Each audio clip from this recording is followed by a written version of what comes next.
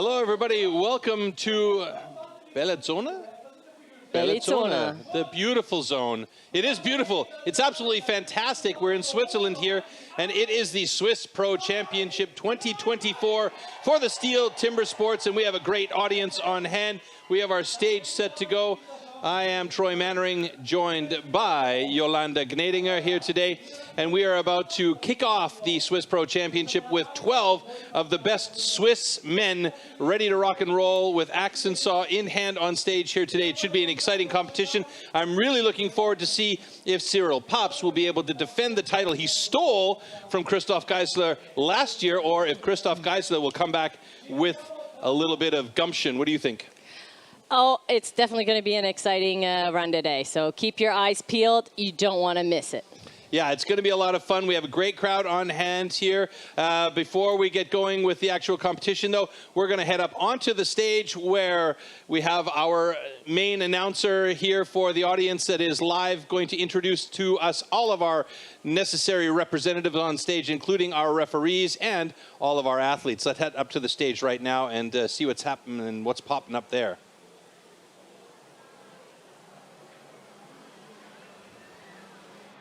Eccoci qua, benvenuti signore e signori, siamo in Svizzera, siamo a Bellinzona, siamo in questa occasione qua per il Timbersports 2024. Welcome ladies and gentlemen to this beautiful Saturday of fun, of celebration of sports and of food.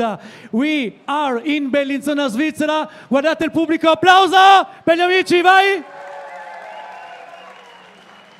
What a wonderful audience! And now before we get into the heart of this competition, let me introduce you to the judges. Vi presento I giudici, sono 4 ragazzi. I will let you introduce us the judges. Sports Director from Great Britain, Spike Milton. Un applauso. Dalla Gran Bretagna è lo Sport Director, uno dei 3.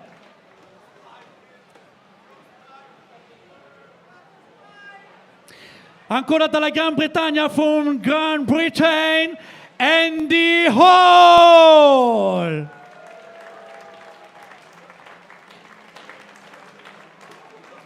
Altro sport chef che seguirà la gara. Passiamo invece all'olandese, from Netherlands, Bart Jansen. One of the boss. Ok, e invece dall'Olanda abbiamo al video timing from Netherlands, STIHL Jansen. Che lui è nel gambiotto. And now let me introduce you to the heroes from today, the athletes. Here we go guys, vi prego di annunciarli con un grande applauso, sono tutti svizzeri. Now, this is all from Switzerland, Sean Hush, il primo. Welcome man.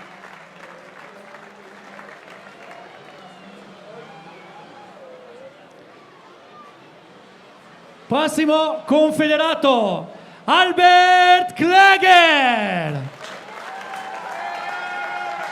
Wow.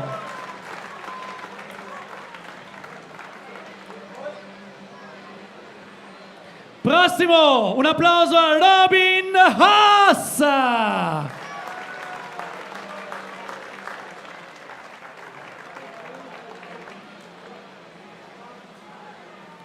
Fanno il giro di saluti. Next one, Marcel Amman.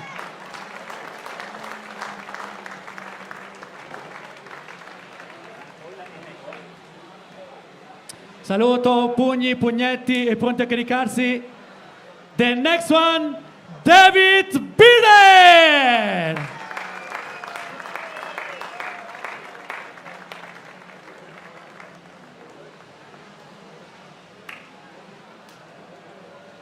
Next one, David Knacht.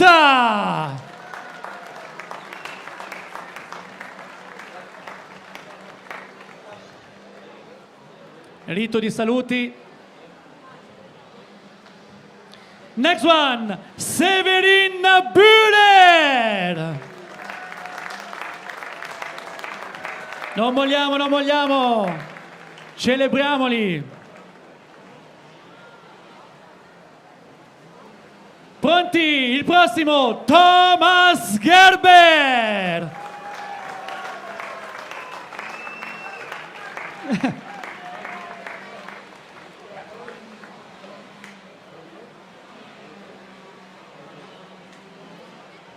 Vediamo la bandiera rosso crociata. Next one, Pirming Nedinger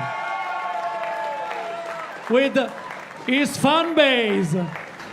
Wonderful. Too much power on the stage, huh? Next one, Stefan Übchen. Wow, look at that. Nice. Giro.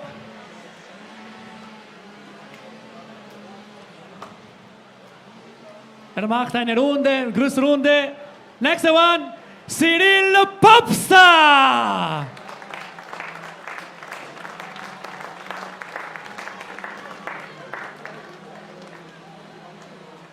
Ils marquent une grosse runde, il faut juste tourner pour donner les points à tous les mecs.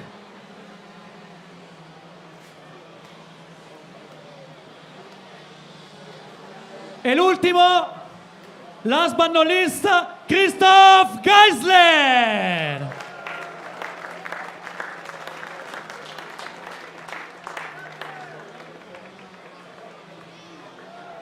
Fantastic, mentre presenta un bel applauso con incoraggiamento, questi sono gli atleti svizzeri. They are the Swiss athletes.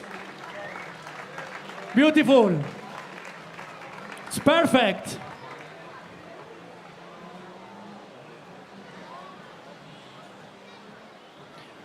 Okay, we saw now the Swiss athletes and now we are ready to start.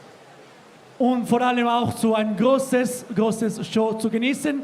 Noi siamo pronti per partire con il grandissimo show di Timbersports 2024. Back to studio. So, Pro Swiss Men's Cup coming up here, and it's going to be an exciting one. As I mentioned, you know, allora, will Cyril Pabst be able to defend that title? Will Christophe Geissler come back? Will both of them be eliminated by somebody else in the mix? For maybe Sean Usch, who has been a very strong contender and coming out of the rookies last year, looking very, very good. It's anybody's game here today, Yolanda, wouldn't you say? That's right. You never know. These guys have been training hard. The top 5 guys, they're so close. It really depends on how their form is today and what the wood is today. All right, well, let's take a look at the competition format here because we do have 3 rounds to get through today with 6 disciplines. Here's how it's going to work. The STIHL Timbersports individual competition. In the first round, all athletes compete in 3 disciplines: the underhand chop, the stock saw, and the standing block chop. The times achieved will be converted into points upon completion of each discipline.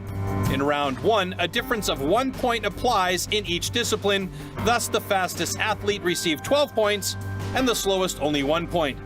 Any rule infraction will result in a disqualification and the athlete will receive 0 points for that discipline. At the end of the first round, the athletes with the lowest scores are eliminated. Only 8 athletes make it to the second round. In this second round, the remaining athletes compete in the single buck and the springboard for increased scores. With 2 points difference between placings, the fastest athlete now receives 16 points and the slowest receives 2. The 2 athletes with the lowest total points are eliminated at the end of round 2. Only the top 6 reach the third round. In the third round, anything is still possible in the hot saw, as an increased score interval of 3 points applies in this final round. The fastest athlete can score up to 18 points at the hot saw, the slowest only 3 points. The athlete who manages to achieve the highest total score across all 3 rounds is the new champion.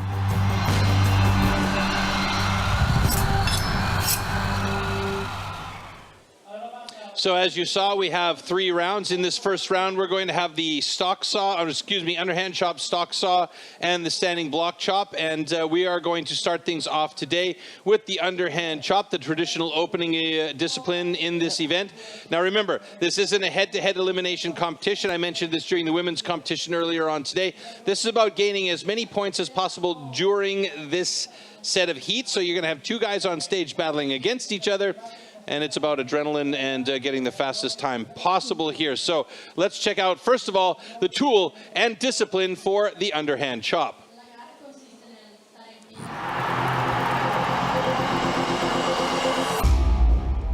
The axes used in timber sports definitely can't be bought at your local hardware store. Made from special steel, the blade is hand sanded with an angle of 13 to 16 degrees. It's custom built and carefully adjusted for each competition. The weight is around 3 kilos and it's about 80 centimeters long. The blade is so sharp that you could shave with it.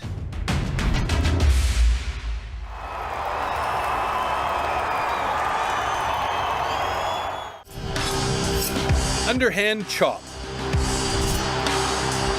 In the past, the underhand chop technique was used to split logs. Standing on a horizontally anchored block, the athletes cut through a 32-centimeter log. The block has to be worked from both sides.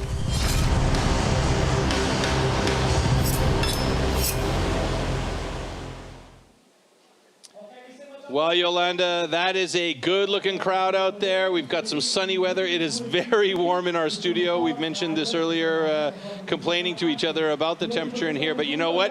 That just makes the action more hot on stage. Underhand chop, first heat, Sean Usch going up against Albert Klega. Should be a good one. We'll get our heads-up display here shortly, and you can see their personal bests. And we'll give you a quick tale of the tape. Sean Usch, coming out of the rookies just a year and a half ago, I think it was, or 2 years ago, has shown some really excellent skills and abilities. I think maybe in the next 2 to 3 years, we're probably going to see him atop that podium. I don't think it's going to be long before he becomes a champion here.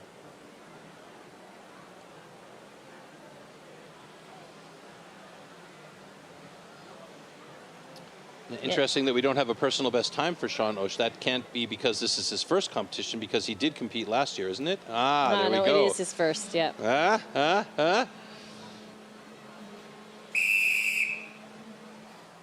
Okay. Athletes ready. Stand to your timber. 3, 2, 1, go! So Albert Klega on the right-hand side of your screen, Sean Usch on the left-hand side of your screen, both of them with pace at that block. Albert Klega a little bit smaller than Sean Usch, but he works that very well, and he's got some pretty decent accuracy on his right-hand side. Left-hand side looking a little bit steppy, and Albert Klega is already onto the second side of his block. Sean Usch moves over to the second side of his block, about 4 strokes behind Albert Klega, but he gets in there and gets some nice chips coming out. Albert Klega definitely with the advantage here, and you can see the experience that Albert Klega has as he is getting some really clean sides on this second side of cut with a little bit more of an open face, and he is through at 39-39. Very nice. Hey, and Sean Usch with a 41-43 personal best. Excellent run by Sean Usch. A little bit steppy block, but he'll take it. Yeah, definitely.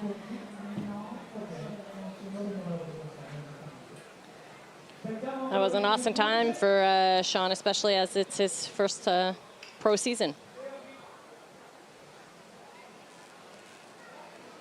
So we'll have to keep a close eye on the wood here today. Both cuts are good. So it's official, both cuts are good. Sean Usch with a personal best, 41.09. Albert Klega is off pace by about 10 seconds from his personal best. So let's see if that's a standard situation throughout these blocks, because we do talk about the blocks being very fair along the row here, but you always mention it is a natural product, so there's always a possibility something might be in there. That's right. We saw that earlier by the women. One block by the underhand just wouldn't chip out. You have to deal with what you got and pull through. Yeah, we could see the change, yeah, from Albert. You can see also the way he chops. He doesn't stand up all the way. There's so many different ways. Every athlete has their own system of how it works for them best. Yeah, Armin Kugler from Austria, for instance, he likes to get that axe way up in the atmosphere before he brings it down into the block. Sometimes that works well for him if he's on point with his alignment, but sometimes it gets stuck in there pretty badly. Yeah. All right, next heat coming up, heat number 2 is Robin Haas with a personal best 36.48 going up against our Marcel Amann with a personal best. I'm just waiting for my update to come along here. There we go.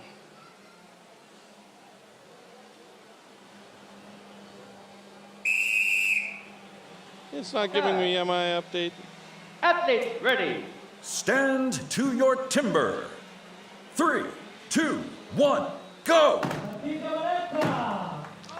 So Robert Amann 32.82 with a personal best in underhand here. Let's see if he can keep that flow going, as both of them getting good work on that first side, starting off nicely. Bit of a closed face there as Robin Haas moves over to that second side. Robert looking pretty good as he is about, I'm going to say 8 strokes ahead of Amann on that second side. Amann just moving over onto his second side, and you can see he's really bringing that axe way up high for those drivers. But his alignment is looking very good, actually. And Robin Haas with a 36.67, and Marcel Amann isn't that far back with a 43.24. So right now, Marcel Amann is the slowest of the 4 athletes that have hit so far, and Robin Haas has taken over the top spot in the underhand chop with the fastest time and the time to beat with a 36.67. And that's been adjusted now, just now, by our competition control center. It's gone down to 36.29, and that means it's a personal best for Robin Haas. He is definitely one to watch out for today in the competition. I love to see those upsets sometimes. You know, I mean, Cyril, Pabst, and Christophe Geissler, they've been around for a long time. These two have been battling for years against each other. And if somebody comes along like Robin Haas and takes over the stage and gets that top spot, that's a fun thing, because that re-energizes those guys like Cyril, Pabst. That's right. Sometimes they get in a groove and think, oh, yeah, I got it. I got this. Mm-hmm. Yeah, they get a little bit complacent. It's a good technique here. Good hard hit right to the end. That is really crucial, because sometimes you think, oh, I'm almost through, I'll just kind of tap it, but that's where you're losing time. Oh, and a wiggle there. That took a little bit of work for Marcel Amann to get through there. So, yeah, as you see, a couple of good heats so far. Stage crew working to get everything set up again for the next set of heats. They'll put 4 new blocks down for our athletes. What are some of the things that you're seeing in this first set of heats that are keying up for you as an underhand chop? Well, I think you notice that the guys have opened up their face quite wide. Not too wide, but just a little bit wider than now the women did. So I think they were also watching this afternoon, kind of saying what kind of wood that they have, just to make sure that they're ready when they're up for their But when we saw Marcel Amann, his was a little bit narrower on the first face, but then he went wider on the second face. This seems pretty typical that they'll have one that's less open and the other one that's more open. Why is that? Just That's for right. our audience. When you start chopping, you get a feel for the wood, and it's kind of difficult to correct it once you've already got a narrow, open face. So you definitely, when you switch, make it bigger so that you can try to hit also that your line, so that it actually goes apart. Because if you're too narrow, both sides, it just starts bouncing off. You're actually not getting that momentum that you are putting into the axe to pull through. It just kind of... And also with the underhand chop, you have the advantage of gravity being on your side for the axe as opposed to the standing block chop. Now, this is also a thing where the athletes start to get a little bit tired. Their angle changes, and if they go straight in, you mentioned the axe bouncing. You're not actually cutting properly. You're just hitting, and basically it's like nailing nails into a block of wood. That's right. It's the angle is crucial, and you really got to get a feel for the wood of that day. And it changes for every competition. So it's not something, it's the same thing every time. Yeah, and our athletes do get test blocks to give their axes a test. So they have about 6 or 7, maybe sometimes 8 different axes with different cuts on them. Explain what the cuts of the axes, the sharpenings, can do in a different log. So there's so many different types. So each athlete has their preference. Some of them stick a little bit. It just really depends on the edge here and what degree that it's sharpened to. So I believe this one is a banana. You can see it's a little bit rounded here and then rounded there on the edge. The banana blade is probably one of the most popular blades. Banana and chisel, yeah. Banana chisel, right? Okay, here we go. Next heat coming up, David Bierer going up against David Knecht.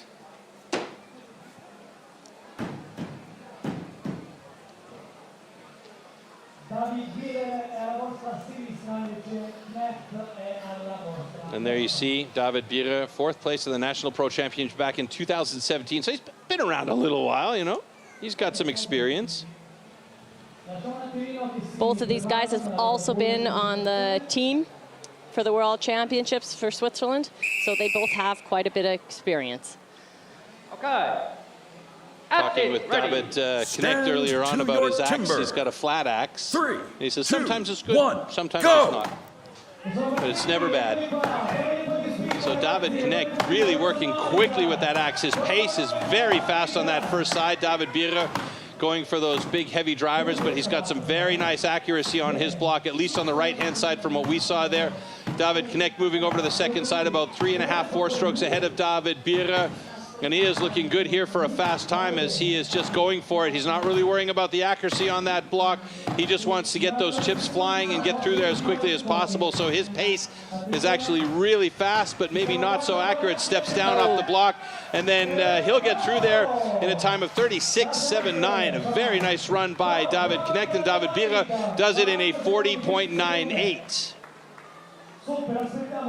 So that puts David Knecht into second place right now in the underhand chop. Darn it, I didn't get to see the axe that he actually did choose because he put it away in the sheath too quickly.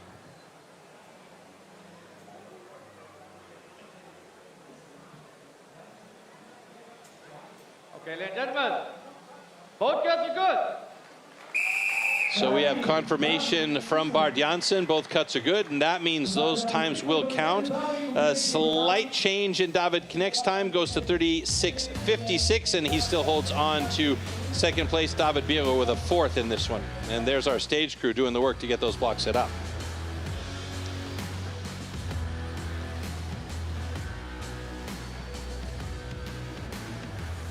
I was actually going to say the pace of David Knecht was a bit faster than Bierer, maybe 1.5 drivers faster. Which is surprising because David Bierer is really a quick he's really quick in everything that he does. Like you will see it later at the stock saw. He's absolutely amazing. But I don't think David Knecht was too happy. But like you said, it didn't have to look pretty. It just has to get it done. Just has to get through there. All right, Severin Bühler coming up next with Thomas Gerber. I love that smirk from Thomas Gerber. That gives you a little bit of an idea of the kind of character he is. Funny guy. A little bit of that Billy Idol look, you know, minus the hair. Yes. Ok, allora, due notizie particolari, subito per questa giornata abbiamo trovato un telefono, volete prendere la chiamata, potete anche lasciarlo lì, vi dico solo che è stato trovato e sarà dai nostri agenti di sicurezza della polizia, quelli uomini meravigliosi di blu, e allo stand dell'OTR, Turismo Ticino Alto Ticino. Thomas is moving very slowly. I'm not sure if he's trying just to psych out his opponent or... I don't think Severin is paying any attention, to be quite honest with you. He's setting his axe, polishing it. You can see Thomas, 6-time silver medalist, National Pro Championship. Thomas, or Severin, excuse me, Okay. actually was a Swiss Pro Champion in Stand 2021. to your timber. 3, 2, 1, go! Both of these guys going for the big, heavy drivers into the block. You can actually hear it in the studio over here.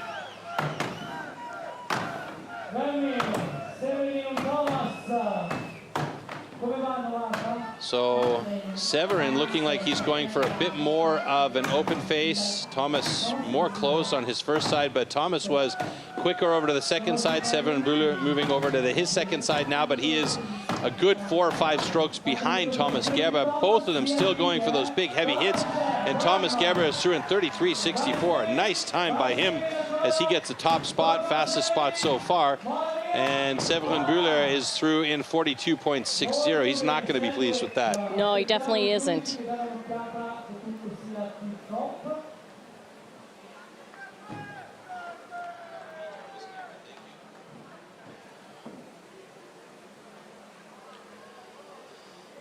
Okay, ladies and gentlemen, congratulations. Both guns are good. It's pretty seldom that we're going to see a DQ in the underhand chop with the skill level that these guys have. Thomas Gerber will be joining us on stage for a quick interview. And you can see here in the slow-mo replays, both of them going for the big, heavy drivers. Both have similar technique, really get that axe up high, sliding it through their hand as they were pulling it back down to get maximum power.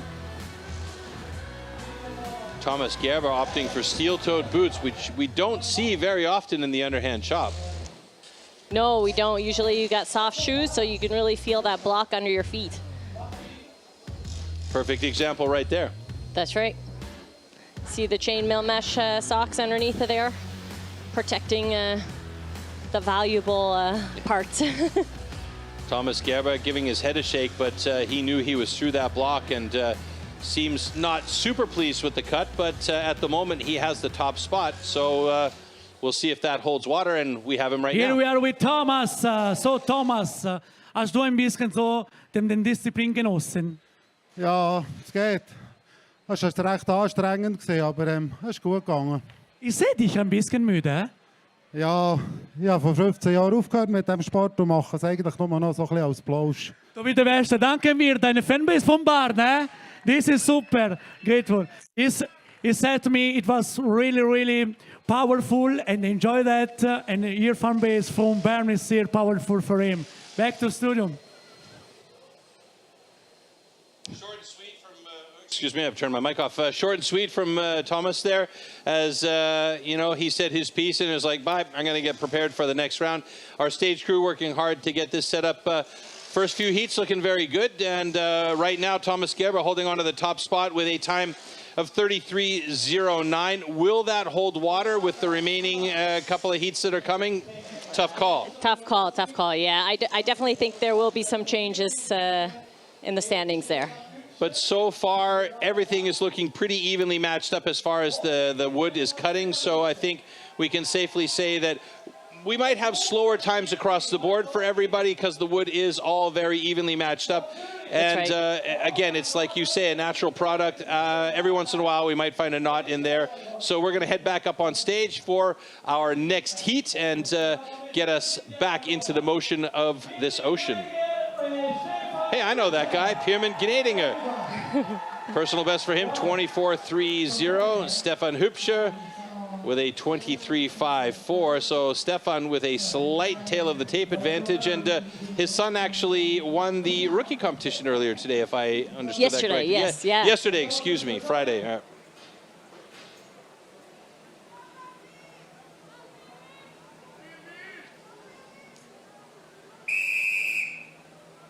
Okay. Athletes ready. Stand to your timber. 3, 2, 1, go! Pierman on the left-hand side of your screen, Stefan on the right-hand side of your screen. Bit of a sticky one for Stefan there. Both of them moving that axe quickly. Pierman looking good on that first side. Stefan also going at it very hard, not worrying about the accuracy, but that's actually not looking too bad for Stefan either. He moves over to the second side.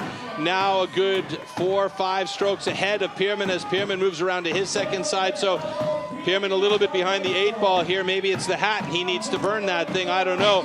But he's got a bit of a closed face on that second side. You'll have to give him a hard time about this if you think he made the right decision. And boy, look at the speed on that second side by Pierman Gnadinger. No hard times for him with a 35.88. That puts him in second place right now. And Stefan Hübscher, he found some trouble on that second side. Finally gets her in a 44.51. What a great comeback run from Pierman, as I thought he was well behind the 8 ball, with Stefan moving on to that second side about 5 drivers ahead of Pierman. Good job. Yeah, I definitely was thinking it was going to be the other way around just because of how they started. Both guys are good.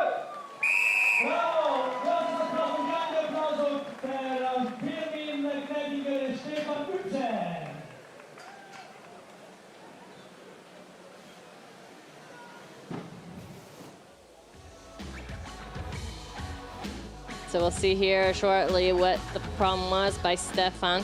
I do think he went to the point at both sides, so usually your markings are offset so that you can kind of avoid that, but some athletes like to mark the same width on both sides and same angle head on instead of offset. So when they draw their lines, the points not touching each other, so to say, but a little bit aside from each other, yeah. But I think some of them do like them touching.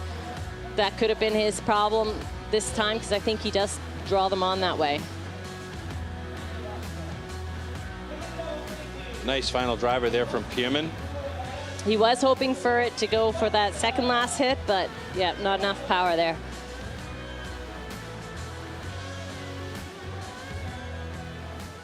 Not so happy.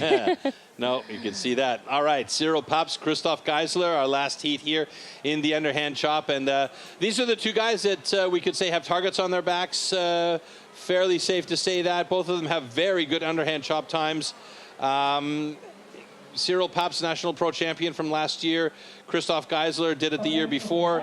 So, you know, obviously Christophe Geissler, he's one of the older, we'll call him the granddaddy caddy. You can see 11-time national pro champion. Come on, seriously, this guy's got skills to pay the bills every day. And here we go. Stand to your timber. Stand down. Stand down. Okay, we got a small problem here. What I wanted to say is Christophe Geissler will definitely want to have that title back. But there's so many good and talented young athletes that are making their way up. And as I mentioned, Cyril Pabst earlier on had a championship back in the day at 21, I believe it was, I said. So there is a chance that he might, or not Cyril Pabst, excuse me, Severin Bühler. So there is a chance that Severin Bühler could make a play for the top spot on the podium, as we're just getting some technical checks taken care of here on stage.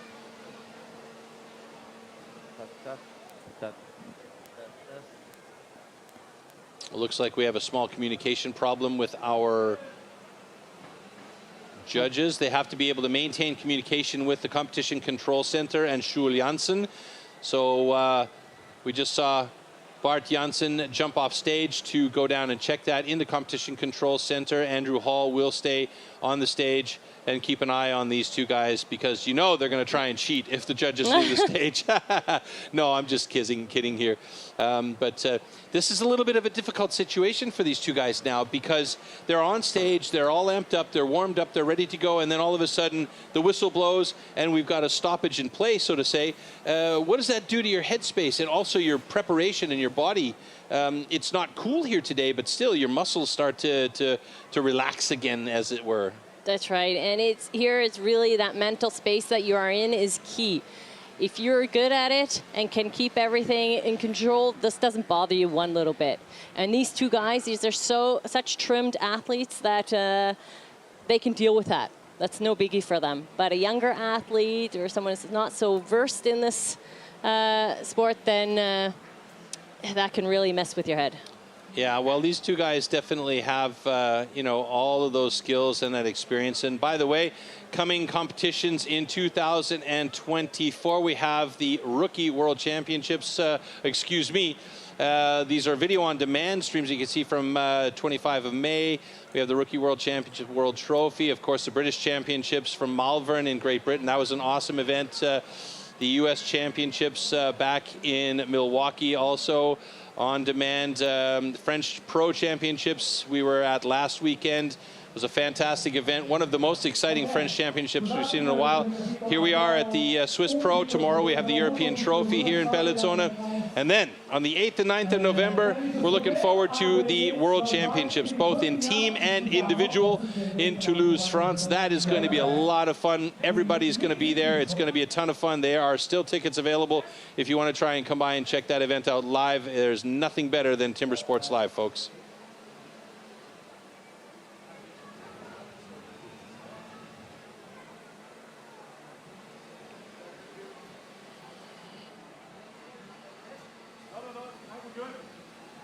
All right, looks like we are ready to go. Whistle blast for prep is on. Here we go. Athletes ready. Stand to your timber. 3, 2, 1, go! Good start by Cyril Pabst on the left-hand side of your screen. He's got good pace. Christophe Geissler, for one of the older athletes, he is an amazing man on stage, always relevant. And Christophe Geissler going for a bit of a closed face. Cyril Pabst doing the same thing as they both open up on the second side. They both moved over to the second side, pretty on par with each other. Cyril Pabst was maybe one driver ahead of Christophe Geissler on that second side, but Christophe Geissler's done it. Unbelievable skill from both of these guys, but Geissler in a 29.32 takes the fastest time of the day. Cyril Pabst with a second fast 29.88. How close were these two? That Unbelievable. was so close. You cannot call Christophe Geissler an old man. No, you cannot. It is just not accurate. He is an elderly gentleman with skill and power. It's fantastic. I love it.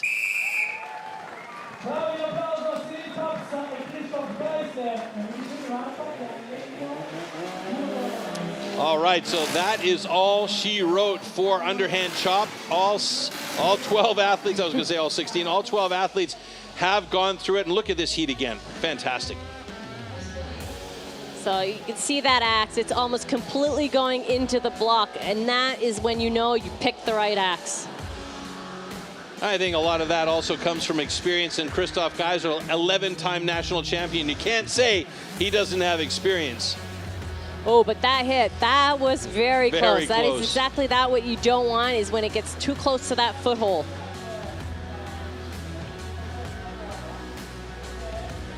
Now, correct me if I'm wrong, but it looks like Christophe is using a chisel.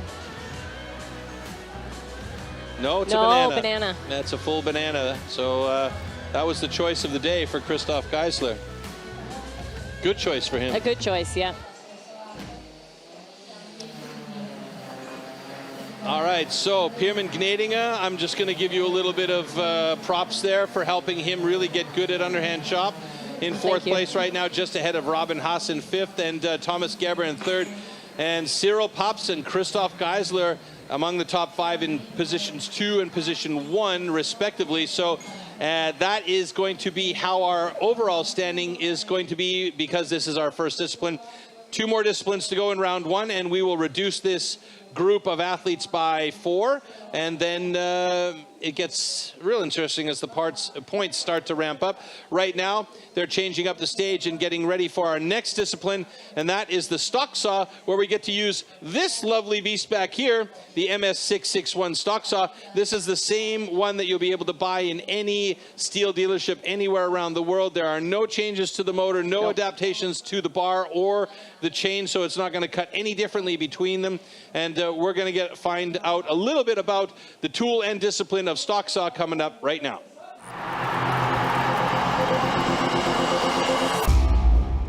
The STIHL MS661 CM stock saw is used in STIHL Timbersports as the ultimate test of operator skill. Designed for the toughest jobs in forestry, it produces approximately 7.3 horsepower, has a displacement of 91.1 cc, and weighs 7.4 kilograms. To ensure evenly and fairly matched saws, professional steel technicians prepare and test the saws before each competition.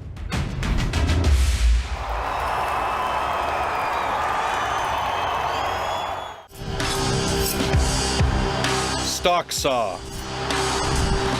After the starting shot, the contestants have to cut 2 wooden discs, so-called cookies, within a 10-centimeter mark. one downward and one upward. The attempt is only valid when both discs have been cut off completely and within the marks.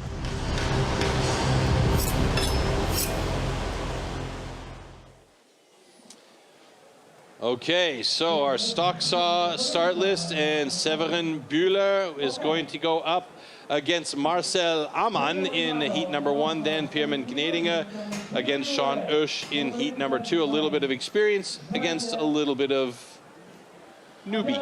Newbie, yeah. Safe to call him a newbie, Sean Oesch.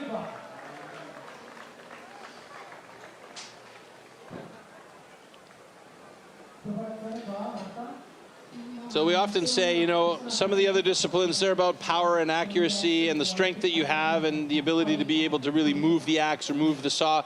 In this discipline, it's about feel. Talk a little bit about what these athletes need to keep in mind when they've got that saw in hand and it's running. You want to be one with the saw. Oh, one with the saw. Be water, my friend. Be water.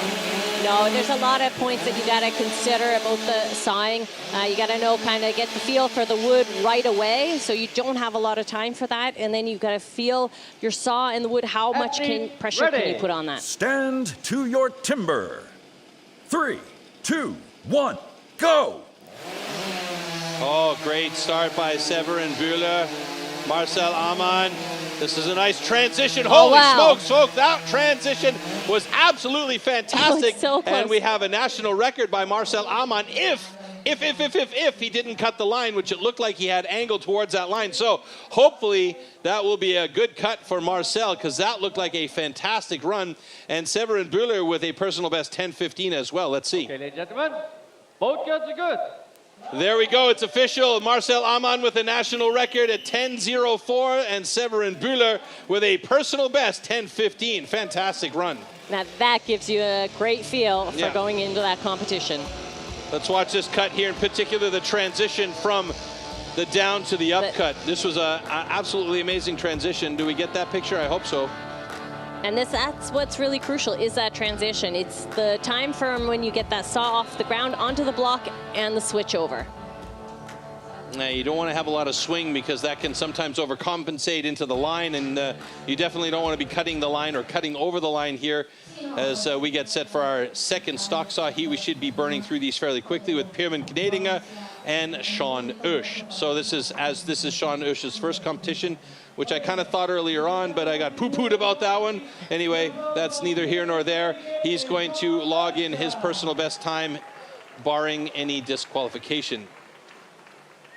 11:46 is a very nice time by Pierman as well. So if this wood is cutting even remotely as good as it looks like it's cutting, we should be seeing a nice time from him as well.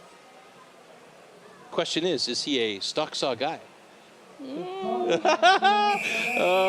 Your face says it all. We don't need to be on camera there. Warm up your saw. It's that event that everybody says, I got it, that I don't need to train that. Work with a saw every day. It's tough. It's tough. You know, you got to have those right positions and that feel. Like you say, you got to be one with the saw. Ready. Stand to your timber. 3, 2, 1, go! Oh, very nice start by both of them, though. Really looking good. Pierman. Oh, boy, he got close to the line there. Holy smokes, folks. But that's going to be a good cut by Pierman Gnedinger. 10:68. Woo! And Sean Oesch in 11:12. That's going to probably go a little bit faster for both of these guys once the Competition Control Center gets their hands on it. Uh-oh. Do we have a good cut? Oh, I think we have a good cut. Very nice. Called it. Good cut by Pierman. Good cut by Sean. There we go. It's official. And 2 personal bests. So Pierman Gnedinger with the third fastest time, 10:50, and Sean Oesch will get a 10:94 after adjustment. What a great start for that man here today.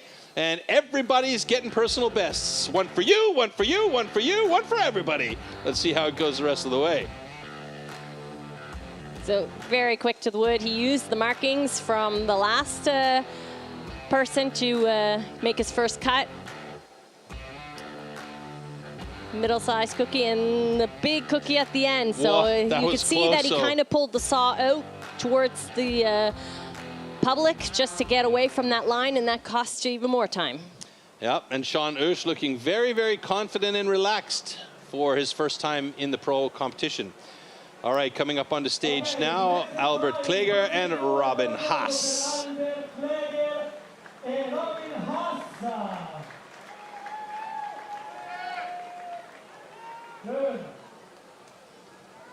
So I'm guessing it's safe to say, Yolanda, that the wood is cutting very well today, and maybe, Okay.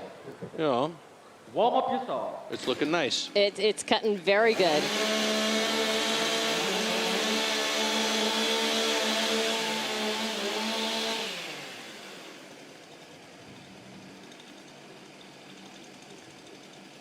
Athletes ready. Stand to your timber. 3, 2, 1, go! Oh, bit of a hop by Albert Kleger there as Robin Haas got his saw started really fast, and Robin Haas looking good on that upcut as he is through, and Albert Kleger an 11.63 and Robin Haas with an 11.39. I hope that first little tap by Kleger isn't going to cause him problems and create an incomplete cookie. That we'll see right away. Big cookie, the second one. That is a fat old cookie on the second one. Looks like he's okay, though. Okay, ladies and gentlemen. Both goods are good. There you go. And both of them getting personal bests. Wow. Hey, I want a piece of that wood. Come on. Now you think he had that skip at the top. That cost him a few seconds, and he got a personal best. What time would he have had if that not had happened? Yeah, I mean, it's amazing. You can see, we'll get maybe one more look at it. There's Robin. And here, look at this again. He tags it. He skips it. Twice. And then he got the cut happening. So that cost him a good probably 2 seconds there. And I mean, Albert, with 2 seconds difference, we're talking about a 9.45 as opposed to an 11.45. And the best is it didn't even phase him. You didn't notice that he, in his mimic and how he finished the event, that he made a mistake there. I think that speaks to his experience as well, though, very much so. All right, next heat coming up, Stefan Hübscher. I love that last name. It's so fantastic. Going up against David Knecht.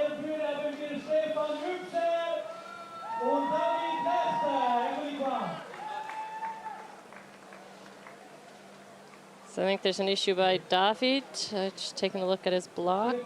Yeah, they're just going to straighten out his block. Oh, they got to cut it straight. They'll come out and just make sure that he's got a fair, straight cut for his block.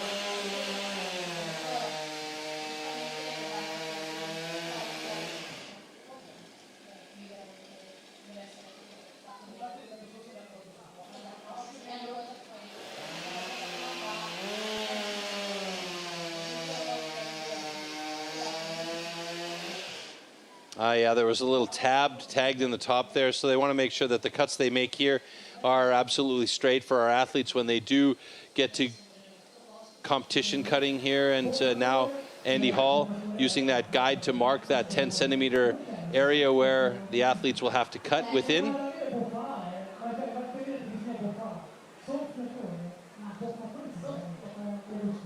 Andy Hall, one of the more experienced timber sports referees,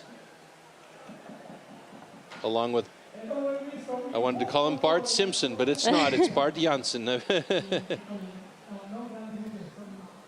here you can see he's got the mat there, placing the saw, make sure that it's at the right spot. Okay. Warm up your saw.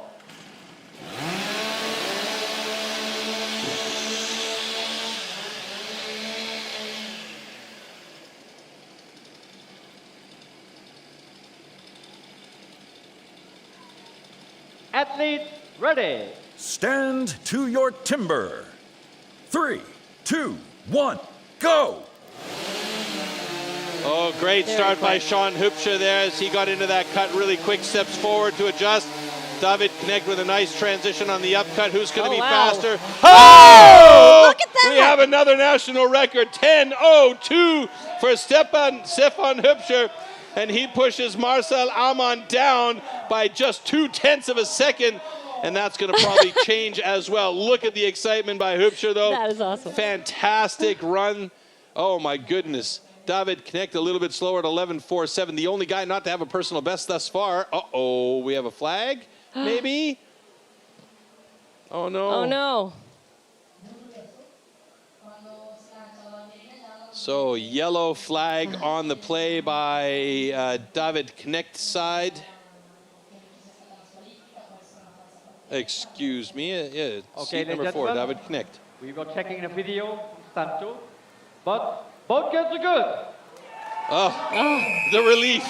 But look at that time from Stefan Hübscher. He Wow. got corrected. 9.93. So the reason why those corrections happen as well for the folks that are out there in the audience is we have 4 people that are sitting on benches in front of the stage, and they have actual physical buttons, 1 in each hand.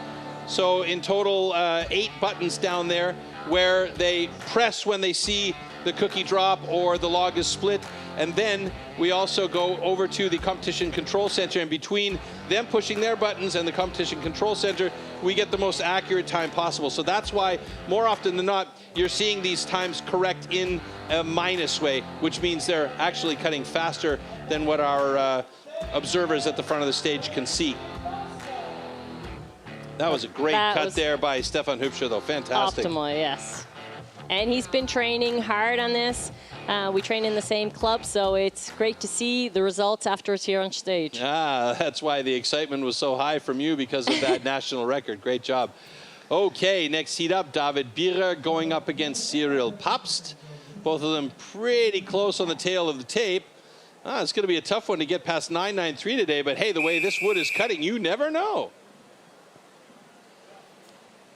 And this is one of David's best disciplines, is the stock saw, so.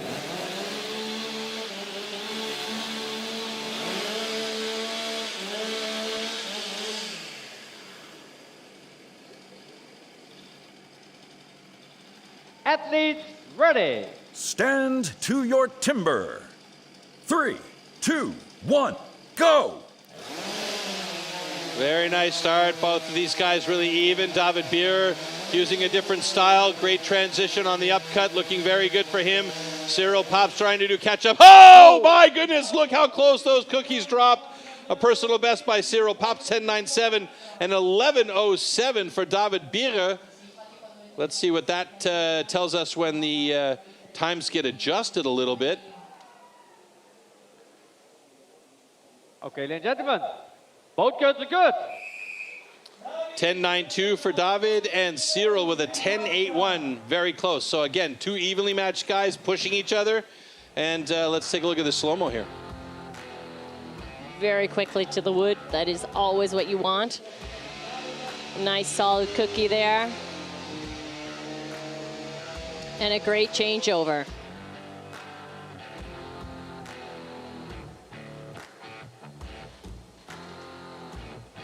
Yeah, look at that. That was so close between those 2 gentlemen. Beautiful push-away cut there by David. So we're going to finish up these slow-mos, head up onto the stage, and it is Cyril Pabst. And here we are with Cyril Pabst. Bonjour, bienvenue Cyril. Je te vois, t'es vraiment on fire. Hein? T'es vraiment en train de goûter ce que tu fais. Hein? Oui, surtout que les 2 premières épreuves jusqu'à maintenant ont très bien été pour moi. Ok. Et maintenant, qu'est-ce que tu attends pour le futur de l'épreuve, de ce que ça se passera? Ben, j'espère que ça va continuer comme ça. Je te remercie. Hein? Bravo, bonne chance. Hein? Good. Also, he said to me, he is very, very happy. Until now, it's good, and for the future, is we don't know, no more powerful than now. Back to studio.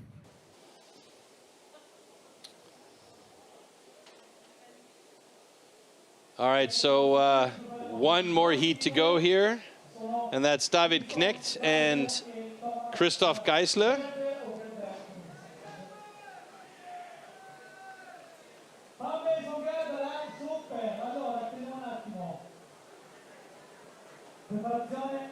You can see the routine for Christophe Geissler. Gives it the old hang loose to check the distance of the saw to the block.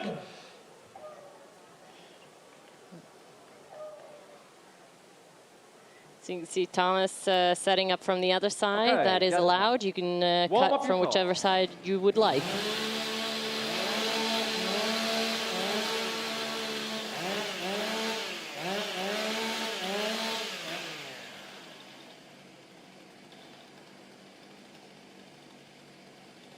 Athletes ready. Stand to your timber.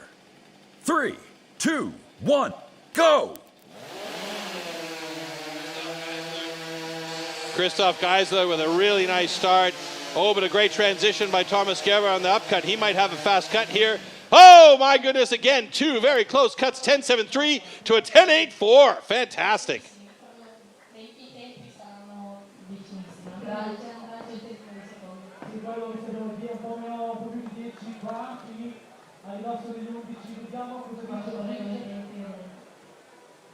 Okay, ladies and gentlemen, both girls are good. I love the flourish from Bard Janssen with the hands up in the air and the thumbs. It's fantastic. All right, look at this start there from Christophe Geissler. Two different, I wouldn't say really different styles, but the positioning of Thomas Gerber here is for me a little bit strange on that opposite side. It almost feels like that would be the harder way to cut. I would say as well, but if it works for him, you gotta do what works. Whatever works, right? And that was a nice, clean finish by Thomas Gerber and Christophe Geissler. So a really good run for both of them as we take a look at the results from the stock saw. And look at that, Sean, with the national record. That's two national records dropped in one day. Stefan Hübscher steals it from Marcel Amann with a 9.93 over his 10.04. And Severin Bühler sitting in third place in stock saw. Let's take a look how that affects our overall rankings here as we look at the overall and who's in top spot. Look at that, Christophe Geissler. Hey, but Pierman Kneding is sitting in second place with a good solid 18 points. And then tied for third and fourth there, Cyril Pabst and Thomas Gerber. So it's all to play for in the top 4 or 5 positions here, with one more discipline still to go here in that first round, and that is the standing block chop. And this is going to be a decider for the guys that are a little bit mid of the pack, maybe a little low in the pack.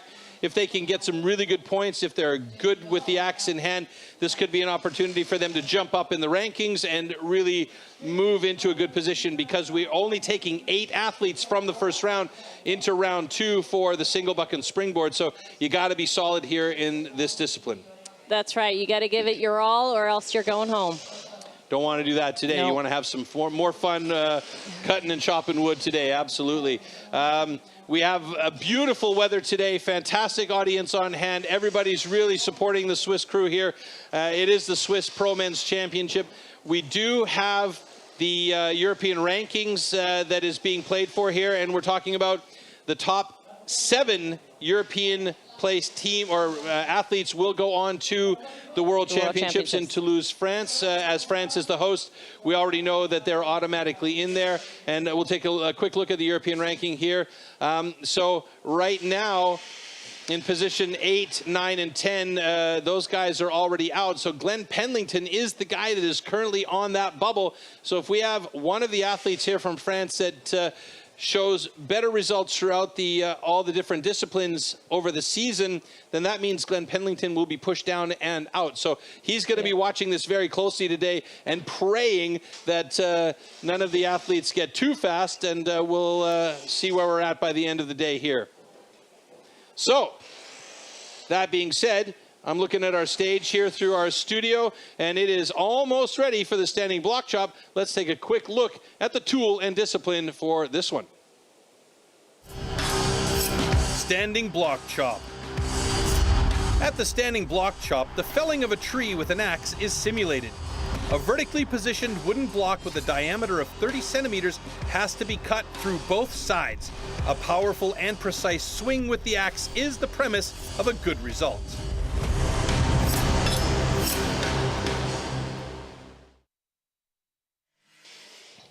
Just chilling on the desk here as we wait for the start list to come up, and standing block chop, Sean Usch, who's been fantastic to start the day off, looking really good, is going to be going up against Albert Kläger. Excuse me, then Robin Haas and Severin Bühler in heat number 2, and you can see the rest there. Down below, you can see the season's best 12.76 and the world record 11.03. I think it's safe to say that season's best should probably change, because we now have a very fast time. Excuse me, not in this particular discipline. We're waiting on that one still. I'm jumping the gun. I'm looking at season's best for the stock saw, but nah, let's move on with some proper thought processes here. And by the way, folks, if you want to get involved in the conversation, take pictures, make notes, find out more about our athletes, hashtag STIHL TIMBERSPORTS. And of course, there's still the hashtag that we haven't seen today, Kiss My Axe, my favorite hashtag. And yeah, get involved on Instagram, on Facebook, on Twitter, or X as it's called now, and TikTok, and so on and so forth. So, moving on. Standing block chop, heat number 1, Sean Usch up against Albert Kleger. It's going to be interesting to see where he stands here in the standing. Yeah, right now in the overall standing, Sean Usch is in 11th of 12th, so he needs to have a very, very good standing block chop to get him among the top 8. Albert Kleger is 12th at the moment, so these two guys bottom of the list at the moment, which is why they're the first ones out on stage. Stand to your timber. 3, 2, 1, go! And Sean Usch getting into it right away. Albert Kleger, a little bit of a sticky one on the bottom first driver, but he gets into the flow. Sean Usch not holding back at all. Nothing to lose for the young man. Moves over to the second side, well ahead of Albert Kleger. Albert Kleger still on his first side. Question is, did Sean Usch remove enough from that first side to get through there nice and clean? He's got a lot of power, and the young man seems to be just trying to go for it to get through there. He's not really making the efficient cuts here. He's just trying to get through that block on the top and basically beat it to bits. And he's done it. Wow, 33.05 personal best. Probably could have gone and done a few more upcuts, a few more downcuts to get that shape a bit better, and then use that power for those final drivers and cut off about maybe 6 or 7 seconds off of his time. Yeah, definitely. So Sean Usch will definitely take that 33.05 home as a personal best, but I don't think it's going to hold up throughout the day here today. Both guns are good. But this is also what this is about for young guys like Sean, is coming up on stage and learning what mistakes he made, how to correct those mistakes, and how to become a more efficient cutter when he's going up against the best in the nation and the best in the world eventually. That's right, you gotta learn from your mistakes, and here I don't think he really did that big of a mistake. Yes, first side he should have done a couple more hits maybe, and then he would have had the strength to just knock it off from the other side.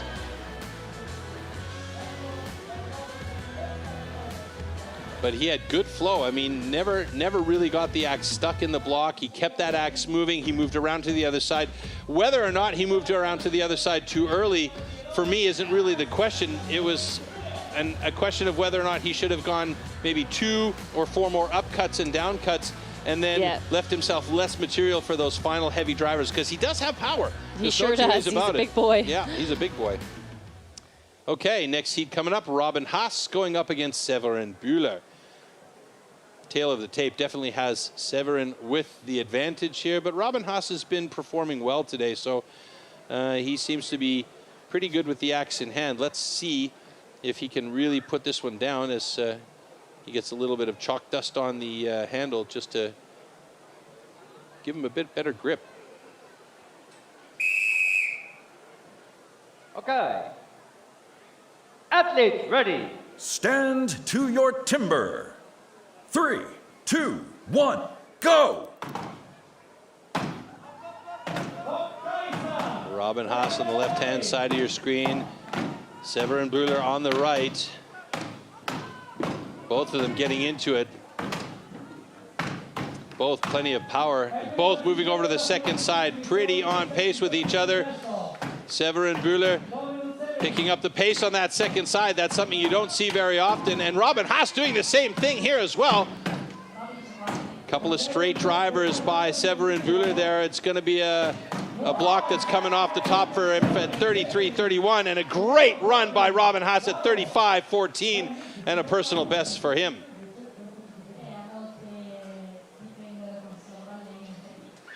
Taking care of his sweetie there. That's really important.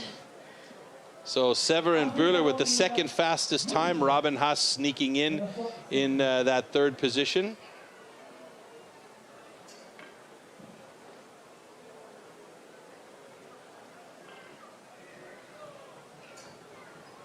Okay, ladies and gentlemen, Congratulations. Both goods are good. All right, so Robin Haas taking a personal best. Definitely happy with that one. Big hits here from both of them, but you can see both of them had issues with those first few hits. The wood just wouldn't chip out. He kept hanging, so that's really can be nerve-wracking because you don't want to hit onto the chip that is hanging there because then it can just explode. Well, the other thing too is that chip is in the way of any further drivers that you're going to go in, so it's like it's hitting into a trampoline and then cutting wood. That's right. All right, so we do have Robin Haas on stage for a quick interview after that heat and his personal Here we best. are with Robin Haas. Bienvenue, Robin. Merci. Ça va ou bien? Ouais, ça va pas mal, ouais. T'es content jusqu'à maintenant? Ouais, ça va, ouais. J'aurais pu faire un peu mieux, mais c'est un jour comme ça. Bon, en fait, sur le coupé maintenant, tu t'es vu bien. Hein? T'as mis vraiment de la puissance. Ouais, j'ai mis pas mal de puissance, mais les angles n'étaient pas tout à fait corrects, donc j'ai perdu un peu de temps. Mais sinon, l'énergie, c'était là, oui. T'en restes encore un peu d'énergie, bien? Ah, oui, plein. C'est parfait. Merci, Robin. Je te donne la chance et viel Glück. Hein? Ciao, caro. Merci beaucoup à toi. Robin said to me he's very happy. In sometime he had a little problem with the chop. It cut not so good, but he said out this now can better go. Thank you so much. Back to studio. All right, thank you very much. So, yeah, I mean, you know, sometimes it doesn't chop as well as you would like. Sometimes it chops better than you think. But, you know, Robin, great job. He's currently sitting in second place, but, you know, this is early on in the standing block chop. And remember, we're going to take the top 8 athletes in the overall ranking after the standing block chop is completed. So this is the opportunity for these guys to gain points. That's right, and I mean, he's got a personal best, so can't be that disappointing. No, you can't scoff at that. Listen, folks, coming up in November is the World Championship. If you've never been to a Steel Timber Sports World Championship, it is a sight to behold. The atmosphere is absolutely fantastic. The action is out of this world. You get the best timber sports athletes from around the world. Check it out.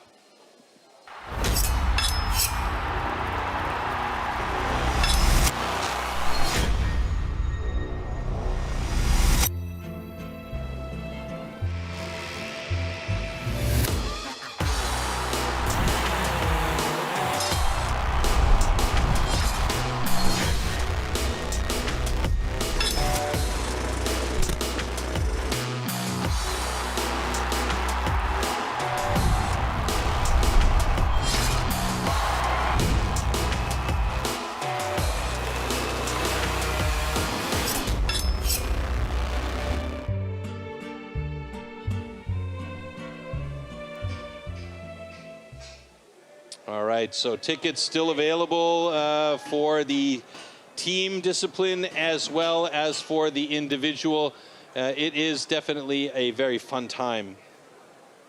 Ok, partiamo quindi con I nostri due prossimi players. Abbiamo Marcel Ammann und Stefan Hübscher.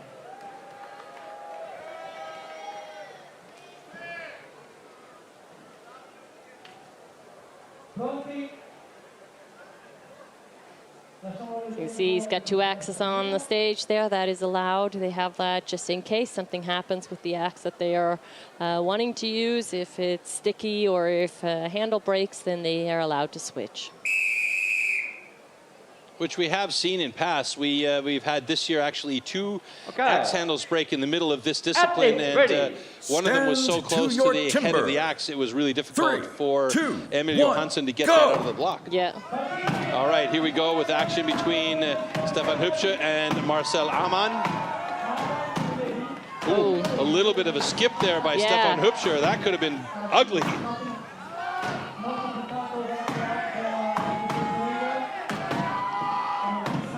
Didn't open that much. You can see how his markings were much higher. Marcel Ammann looking good. It's coming close for him. I think it's going to go. Oh, one more driver's got it. 28.83 for Marcel Ammann, a personal best, and Hübscher with a 31.45, and that one fell over like the Leaning Tower of Pisa finally gave up the ghost as it went down and kind of plump. I think we might need to use that sound in the slow-mo. Yes. Plump. So he's definitely not happy with that, but can't change it now. Okay, ladies and gentlemen, both girls are good. So Marcel Amann with the fastest time in standing blocks. Stefan Hübscher, believe it or not, right behind him with a 31.89.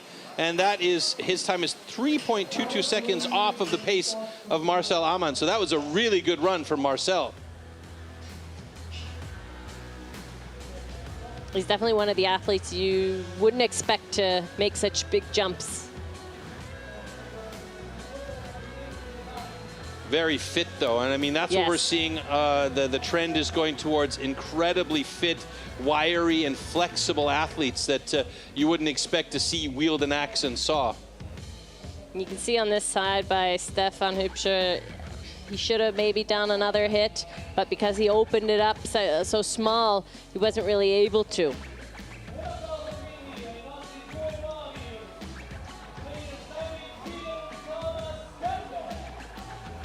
And there you see it fall. Yeah. Nice. Oh and man, slow. I forgot my sound effect. Oh. Here, maybe again. Oh, damn. Plump. There it is. Got to do it, yay. I don't know if he was trying to give it a push or what he was doing with that other hand. Well, got to be careful that you don't wrench it off there because that could be a disqualification. Okay, David Bierer going up against Thomas Gerber. Look at the time of Thomas Gerber. That tells you something, doesn't it? 17.68. The man's a beast.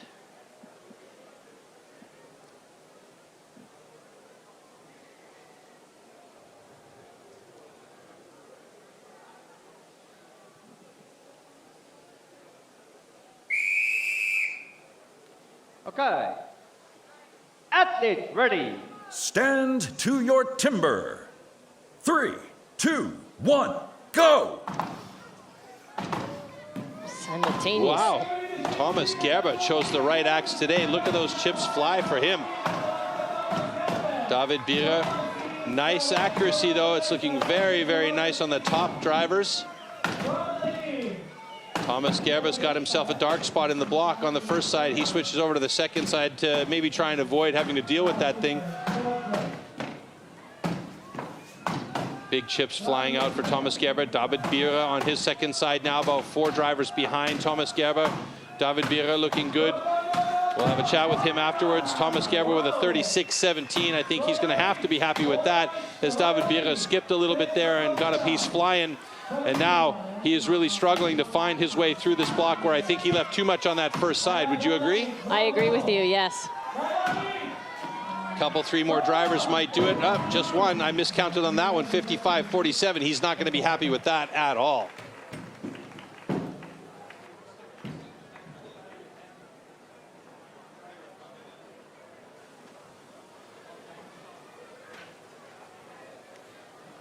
Somebody get Thomas Gerber a belt. I was just going to say the same. Okay, ladies and gentlemen, both girls are good. So official times there, David Bierer 55.14, Thomas Gerber 35.95. So definitely not the times that they wanted for the both of them.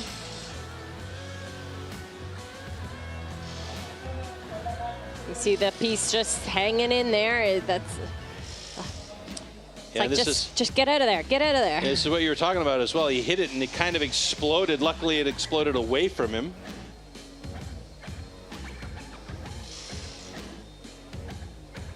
Good hard hits there from Thomas, getting that stuff out. He's a big, wiry guy, too, so he really uses that well to his advantage. And this final driver from him looks very good. He sent that one out in the left field. That's a home run right there, folks.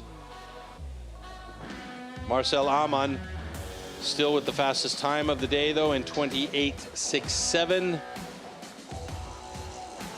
As our crew on stage works hard to get that stage cleaned up, and Here we we're are heading with over to the David stage with Bierer. Thomas Bierer. Wie geht's, mein Lieber? Hast du David ein bisschen Bierer, dem Showgenossen? Aber die Showgenossen, genau. Jetzt, Ich hatte Zeit.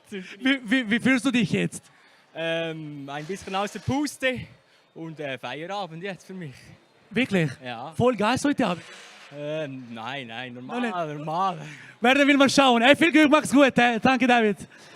Powerful man, we said. I said, did you enjoy that moment? Yes, I enjoy, but now relax. I enjoy the future, and tonight maybe a little bit party. Back to studio.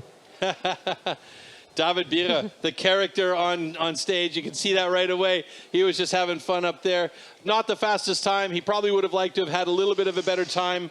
You mentioned that you thought he went around a bit too early, left a little bit too much material on that first side. But all in all, not bad. He seems not overly disappointed with the whole situation, though. Well, like he just said, he's going home. So, but it's not done yet. So there's still a couple more athletes coming. So who knows? 2 more heats on the way, and we're going to head back up onto the stage shortly. Before we get that going, I'm just looking quickly at the stage here. Again, big kudos to our stage crew for doing such a great job cleaning everything up, getting those stands set really, really quickly. And we're heading up for our next heat coming up right now. So Pierman Gnadinger up against Cyril Pabst. Pretty close personal bests here. Has Pierman been working on his standing block chop, Yolanda? A little bit. A little bit. Not as much as on his stock saw, obviously, though. Yeah.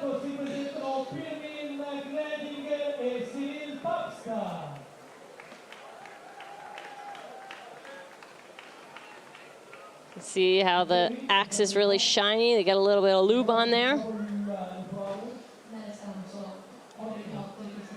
Cyril Pabst, last year 8th place in the individual world championship. When we think about, you know, the 16 athletes that come from around the world, that is Athletes ready. an excellent position to be Stand to in. your timber. 3, 2, 1, go! All right, both getting into it. I can hear those stands ringing as they drive those hits into the block. Pierman's got a little bit of garbage in the way there as Cyril's moved on to his second side already, and there's a little bit of house cleaning by Pierman that I see from our perspective over here in the studio, and Cyril Pabst is almost through that block. Done a good job. It's not good. That's a deep cut, though, for Pierman and Cyril Pabst. 33-33, nice time. Pierman on his second side now, and he's still got a little bit of salad on the first side. I think it's just loose stuff that he didn't want to have to bother with. And he's going to try and get through there as quickly as possible as he gets towards the 50-second mark here. 3 more drivers, perhaps. Nope, 4. Miscount, 59-55. That's not a happy face from Pierman. Definitely not. See, the wood has been a little bit different today. Well, you mentioned during the women's competition on the underhand when Okay, ladies and gentlemen. it was looking twisted almost. What's the effect of that, and how does that actually happen? Is it like growing in windy conditions or what? That's right. Depends on where the tree stood. If it was on the outside of a field, in the field, how the wind came through there, what the weather was over the years. Everything can have a little bit of effect on how that tree grows. I was only joking, but that's really the way it goes. It sure is, yeah. Fantastic. Something learned every day. So Cyril Pabst looking real good on that first side as he switched over to the second side. There were a couple of real big Klingons here for Pierman, though. It was just a big problem. He had to do a little house cleaning on that first side. And there's that final driver almost taking out our cameraman that went so far away from Cyril Pabst. And 1 or 2 more here for Pierman. But you could see while he was chopping, his axe didn't go all the way out in the backside. So that is always what keeps those 1-2 threads hanging on to the chipped wood that's supposed to fall off. And this poplar wood is a very, very robust wood. And you could say, you know, when one thread holds on, it will hold on to about 8 kilos of wood that's hanging off the top. All right, so our last heat coming up here between David Knecht and Christophe Geissler.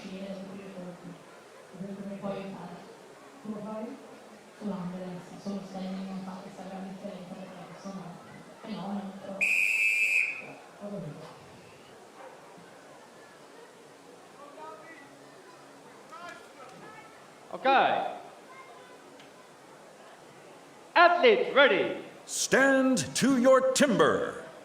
3, 2, 1, go!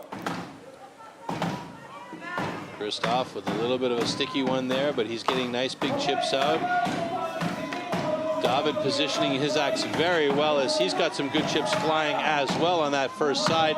Nice clean lines as Christophe stumbles a little bit trying to get around to the other side as that axe held on for dear life.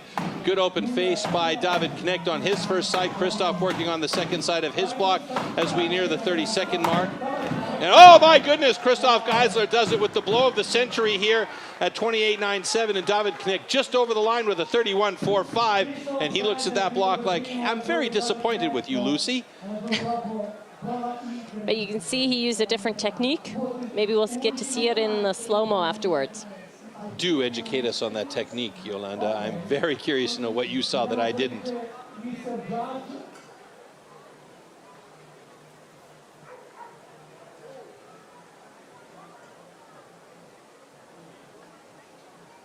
Okay, ladies and gentlemen. Both good, à gauche. With a flourish. Okay, so official time there, David Knecht, 31.12. Christophe Geissler with a 28.75, and that puts Christophe Geissler in second place.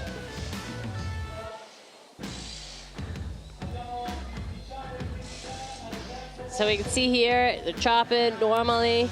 You'll see Christophe switching over, and David will stay on his side. He'll actually chop over half of it on the first side, and then switch to do just a couple more hits on the backside, similar to the springboard.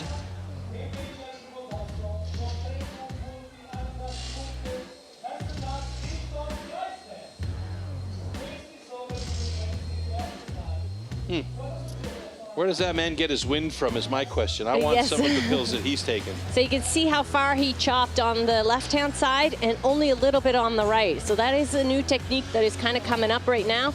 We saw it yesterday by one of the rookies as well.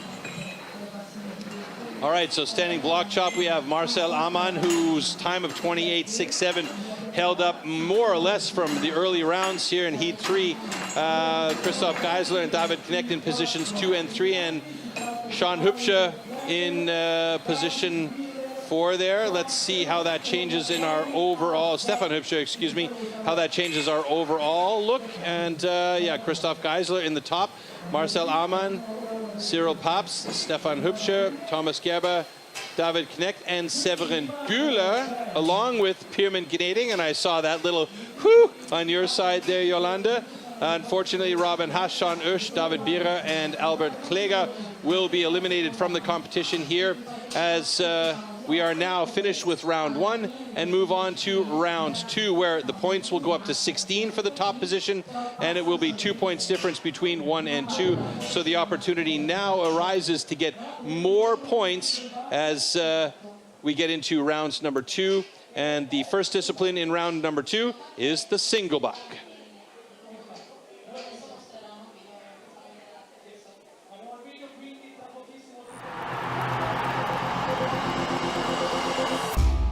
The 2-meter-long cross-cut saw used for the single buck discipline is made especially for competition.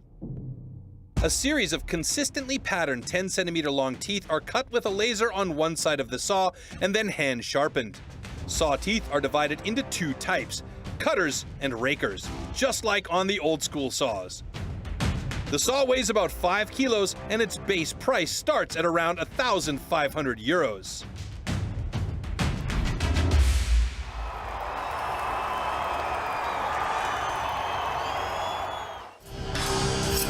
Single buck. The single buck is a one-man saw about 2 meters long. With this, the athletes have to cut off a complete disc of a 46-centimeter thick wooden block. The perfect interplay between rhythm and strength is the key to success.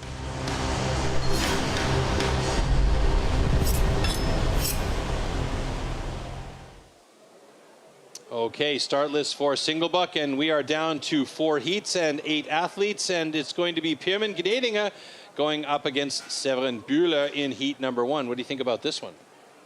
This is one of Pierman's favorite disciplines, so who knows? But Severin is so good at it as well.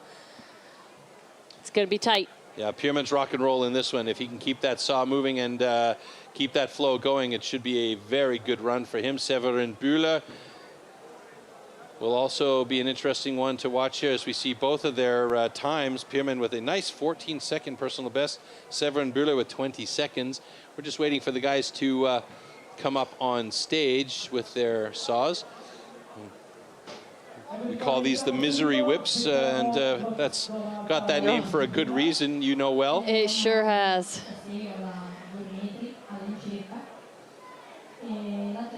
It's an event that either you love or you hate. There's our hashtag Kiss My Axe. I mentioned that earlier on when I said, hey, get involved in the conversation.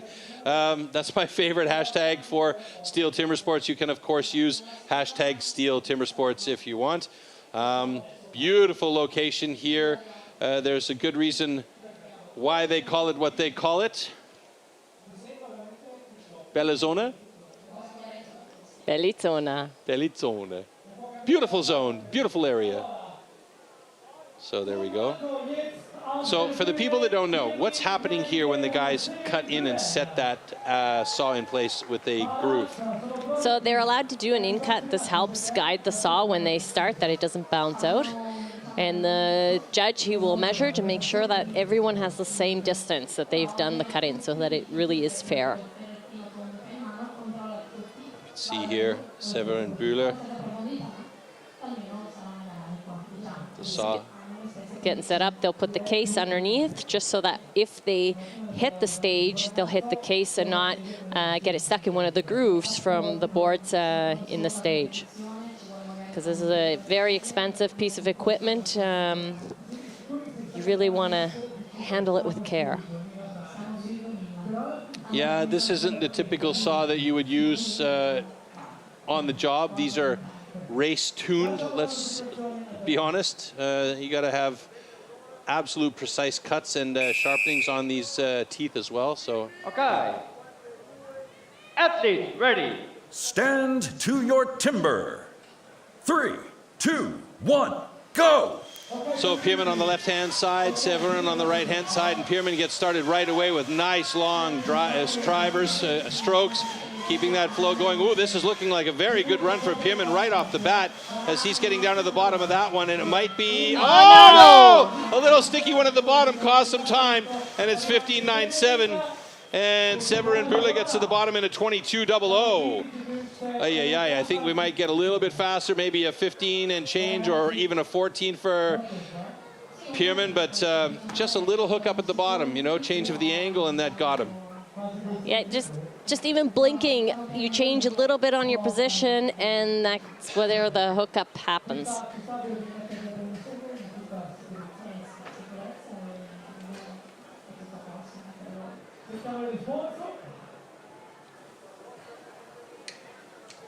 Okay, ladies and gentlemen, congratulations. Both guns are good.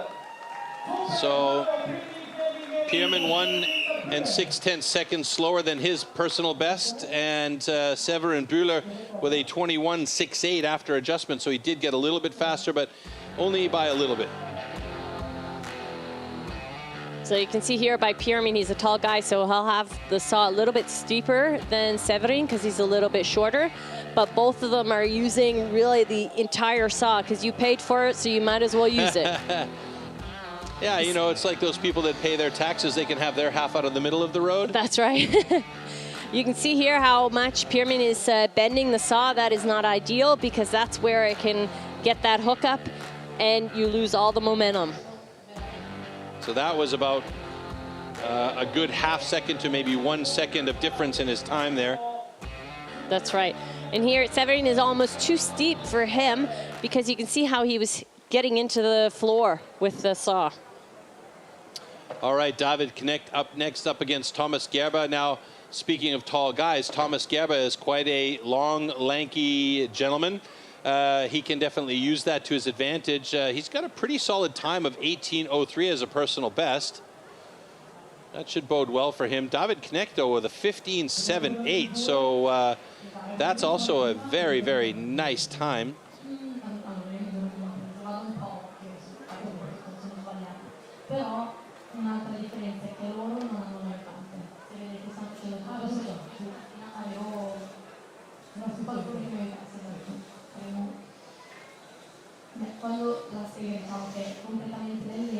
always careful. You don't want to do too much, because if you cut a little too far, then you have to make a new in cut.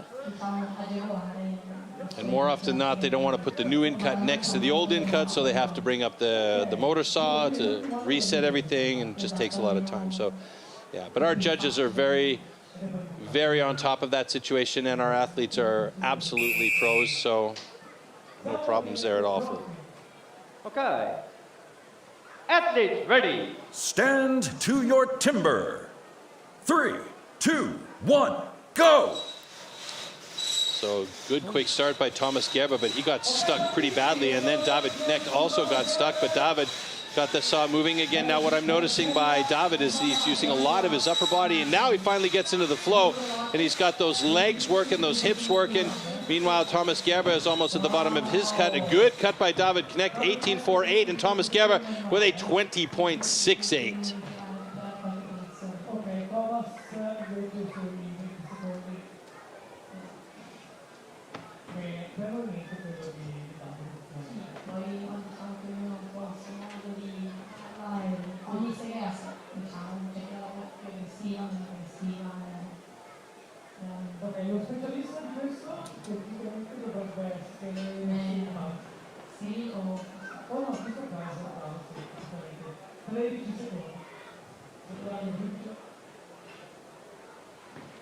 Okay, ladies and gentlemen, both kids are good.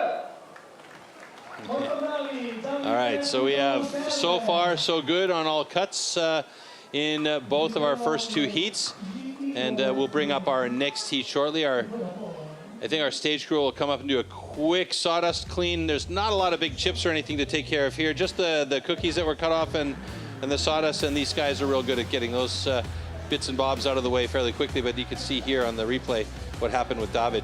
Yeah, both of them had issues with the start. Both of them had a sticky saw. There's different things that can happen there. Either your placement, you're too close, too far, and just bending that saw. A little too much maple syrup. Yeah. But I was surprised that once David got going, that saw, it was a hunger saw. It really chewed through that wood. Yeah, and he was actually moving it very quickly, but using the entire length of the saw. He went knuckles to tip on that thing. So, I mean, in one respect, you know, you don't want to be super fast with it because you can get locked up fairly quickly, but then it works for him. So whatever the style is that works for him, you got to do it. All right, next heat coming up, Stefan Hübscher going up against Cyril Pabst.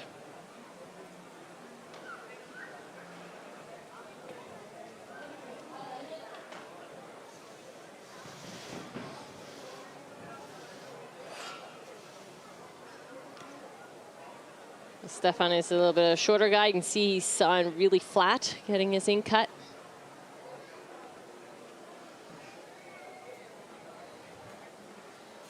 Cyril Pabst, kind of similar actually. But you will see by him, he will start changing and get a little bit steeper because he is a taller guy. But I think he does this so that by the end, he's not too steep and hitting the floor with the saw. Okay. Athletes ready. Stand to your timber. 3, 2, 1, go! Good start by Cyril Pabst as he got that saw going and he got into the flow right away. Stefan Hübscher with a little bit slower on the start, but he's got good pace on the saw now.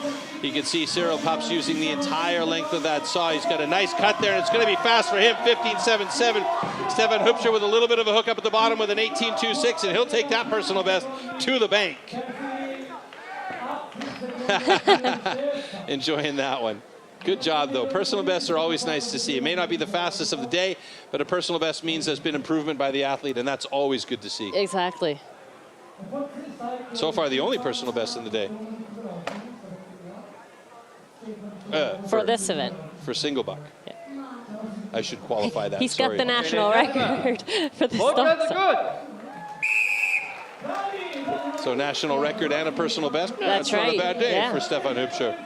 Well, we did joke with him yesterday. He's got to give it his all because his son won the newcomer competition. So it would so be he's nice got something to see. To prove now. Yeah, both of them on a podium this weekend.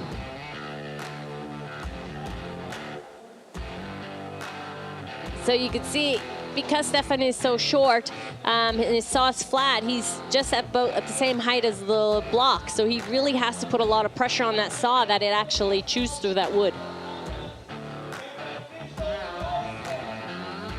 A nice finish there by Cyril.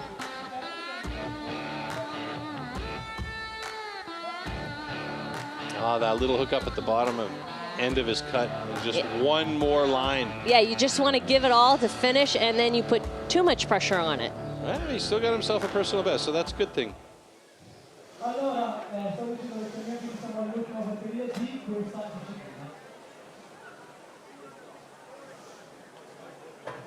All right, next heat, and the last heat in single buck is Marcel Amann against Christophe Geissler.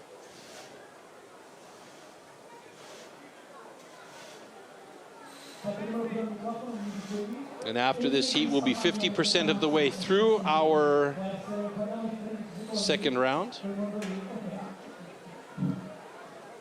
And then only the springboard to come.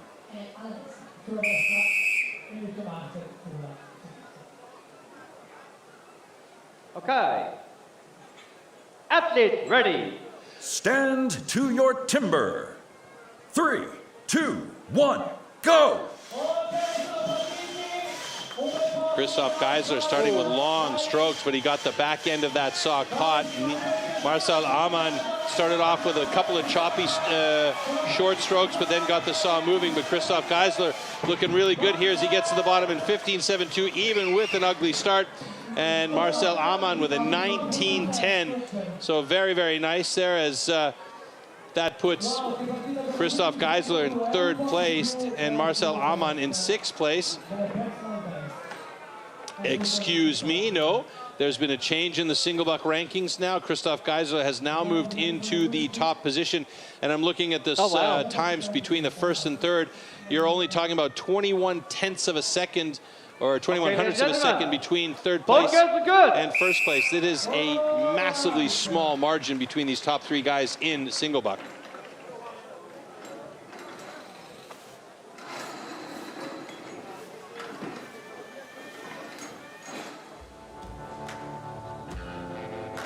You can see there how Christophe got stuck. I think he pushed it in too far and got the last couple of teeth stuck in his block there, because he really uses the entire saw. He could technically have even a longer saw. But usually is that allowed is the question. Yeah, you can have the saw whatever size you want. It's usually measures to what height you have. You pretty much pull the same size saw.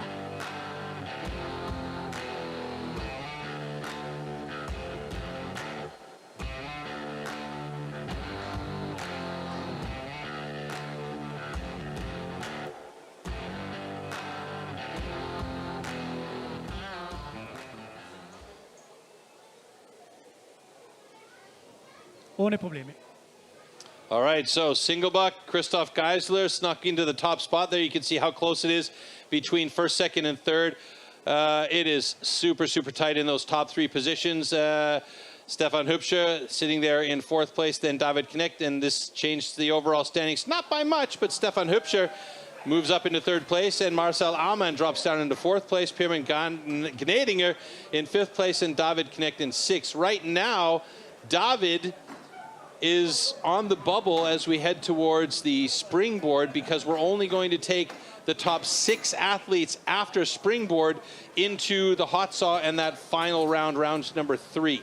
On the stage with Christophe Geissler. Bienvenue Christophe. Merci. Alors, ce que je vais te poser la question, j'ai vu que tu as eu des problèmes avec les outils. Qu'est-ce qui s'est passé? Ouais, j'ai juste piqué à la première poussée. En fait, mes bras n'étaient pas tendus, j'avais les bras pliés, puis j'avais pas le contrôle complet de ma scie. J'ai vite rectifié ça et puis essayé de scier du mieux que j'ai pu. Donc ça a payé. Ça ira bien dans la prochaine discipline. Merci beaucoup Christophe, bonne chance. Hein? Fais du bien. Merci. Well, he said me, Christophe, he said me, I asked you, I saw you with a problem with the chain. He said me the position, I was wrong with the position. My arm went really, really hard. And then the saw was really we said really slowly. So that's position and slowly so. But okay, we say the next time. Thank you, and back to the studio. All right, so we are done and dusted with round one and one half of round two. Coming up next is probably one of the finickiest disciplines ever, and that is the springboard. Before we give you the details on that and what that's all about, we'll just say that the springboard, a lot of people talk about the hot saw being the maker or breaker discipline. I feel like the springboard is more along those lines because here in the springboard, you have a chance to really gain some big points, 18 points for the top spot, 2 points difference between the first and second position. So it's or 60, excuse me. So it's an opportunity to add some points to your score, but it's such a difficult discipline to get really on point because you have to set both of these boards in position and then start basically doing a standing block chop 2 meters off the ground. We'll get to that shortly. Before that, we're going to have a special guest come and join us in the studio. It's Marta Poletti, who's standing outside the door, but before that, we're going to take a quick look from the women's competition from this afternoon, and then we'll bring Marta in for a brief interview.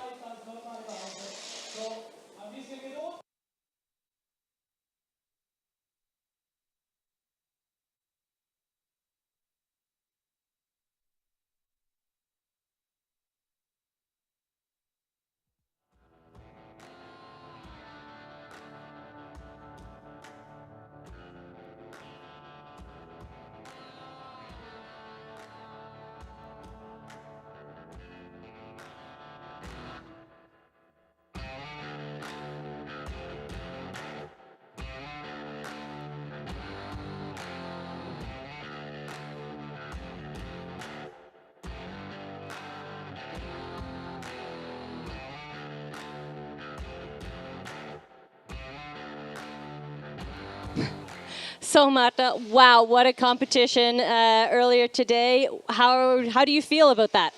I feel good about it. It's been good overall. Like I did a couple personal bests. I'm happy. I did not train that much as I wanted to, but I got away with it, and it was great to compete with all these amazing ladies. Yeah. So you mentioned your personal best. Now the standing block chop. Yeah. I was so surprised because you had said you hadn't trained that much, and I didn't believe her, naturally. You knocked off a personal best. How was it there? Like, has the training that you have done helped you in this event, or did you just give it all and hope for the best? I just gave it all, honestly. Like, I missed a lot of hits, but I ended up like chopping it off, and it was good. When I was done, I was really happy about the time. Okay, and now the stock saw. That's kind of your event that is either make or break it for you. Yes. How did you feel about it today? I felt good. I just wanted to try and make a safe cut. I was not really sure about my first cookie. It wasn't really thin, so I took a little bit more time and did the second one. It was good. I was happy with that. Excellent. Well, it was great to have you here.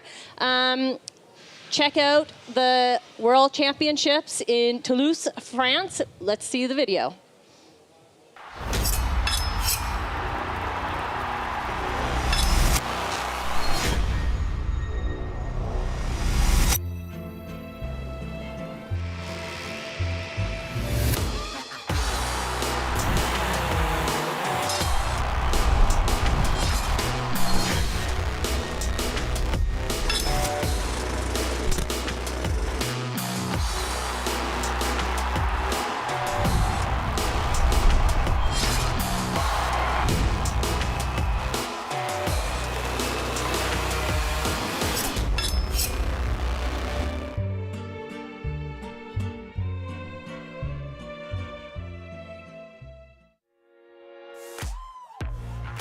The latest generation of IMO robotic mowers from STIHL mow your lawn automatically, so you don't have to, giving you a beautiful green lawn without even lifting a finger. Let's take a look at the new stylish range now. There are 6 new IMO robotic mowers in the range, with 2 models in each number series, starting with the 5 Series models for lawns up to 1,500 square metres, the 6 Series models for lawns up to 3,000 square metres, and the 7 Series models, which are suitable for lawns up to 5,000 square metres.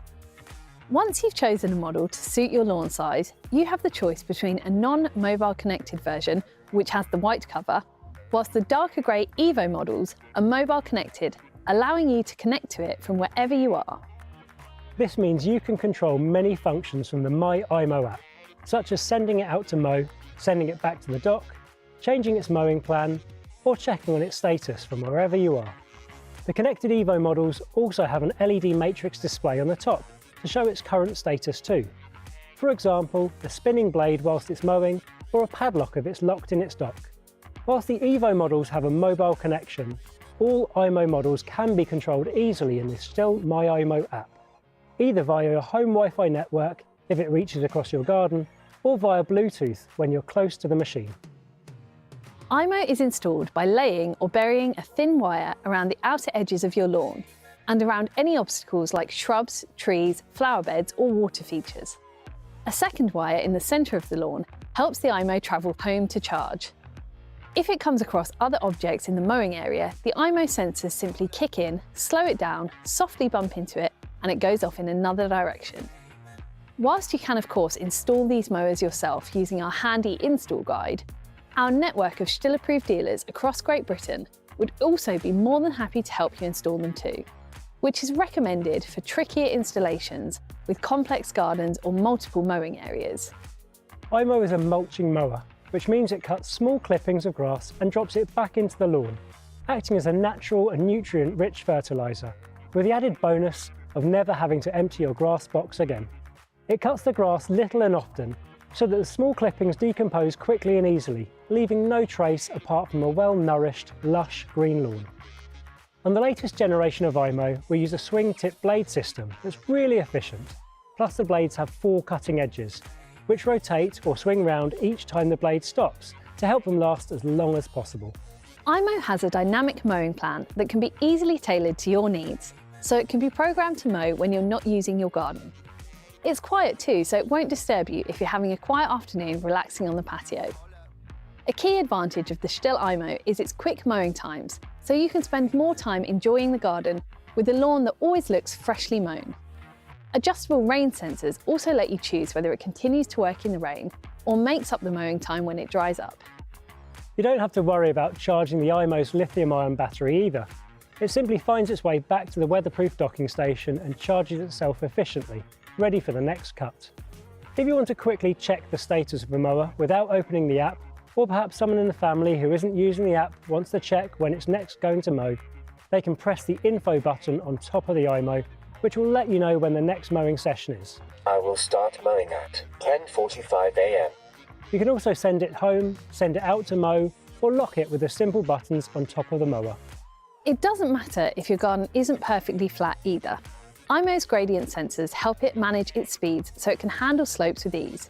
There's also wheel kits to help it get up steeper slopes too. As with all other power tools, you should read the instruction manual before use, and we recommend children, animals, and any other smaller objects are not present when IMO is mowing. IMO is the effortless way to achieve a lush green lawn. For more information, visit stihl.co.uk, or to find your nearest approved IMO dealer, visit stihl.co.uk/dealer and select the IMO option. Then all you need to do is sit back and enjoy your garden.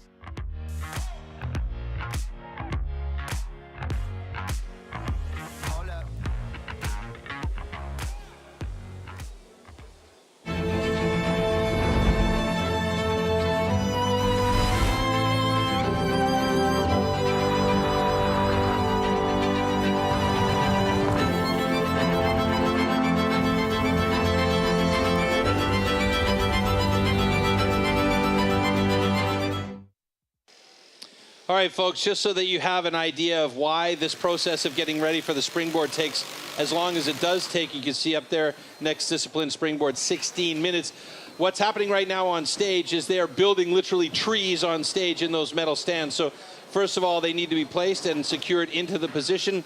Then the trees are topped by a block, and you can see right there, Cyril Pabst going up to secure his in place. Now, each of the athletes is responsible for securing their own block in the top of that tree. And this is what's happening on stage right now. And this is why it takes so long. And, you know, we have to we have to show you some commercials and fill the time up. But a lot of people say, why do you do that? Why? We don't understand. Well, here's why. This is what's happening on stage, and it does take a lot of work and a lot of time, and you can see there's a lot of people on stage making sure that this thing is ready as quickly as possible. So, of course, with your patience out there in our viewing audience, we'll get this thing ready as quickly as possible and have our first 2 heats of the Springboard ready to go in about 15 minutes' time. So as you saw on stage, also, we talk about this quite a lot. There's chips and there's sawdust and stuff everywhere. A lot of people also ask us, hey, you know, isn't that wasteful with all the environmental talk and everything that's going on these days? We have a lot of questions come to us about what's up with your wood, folks. Well, here's what's up with our wood, because we are quite sustainable with how we manage and use the wood that we have here for all STIHL Timber Sports events around the world. We as STIHL Timbersports pride ourselves that all wood is sustainably grown, harvested and recycled to minimise the overall amount of wood processed. Firstly, this popular wood is grown on certified plantations. Secondly, the white pine for our sawing disciplines is only sourced from certified forest management.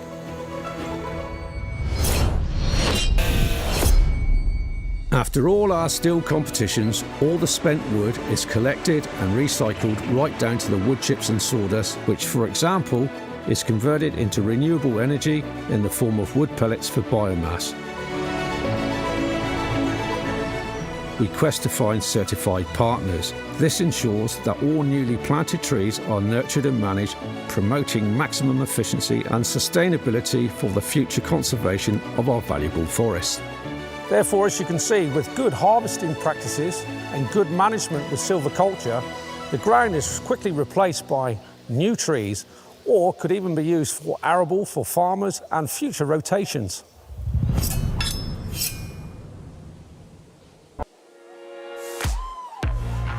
If you're after a cordless chainsaw that's lightweight, simple to operate and packed full of useful features, the new MSA 60 CB or MSA 70 CB fit the bill. Part of our AK system, these 2 new models are upgraded versions of the popular MSA 120 CB and MSA 140 CB models, and include a few handy improvements that make preparing firewood and pruning tasks around the garden even easier. As well as the new design, a new ergo lever on the back handle has been added for even greater comfort. The trigger system has also improved, meaning you have maximum control over the speed of the chain. If you're cutting around delicate shrubs or working on an intricate woodworking project, you'll always be in full control.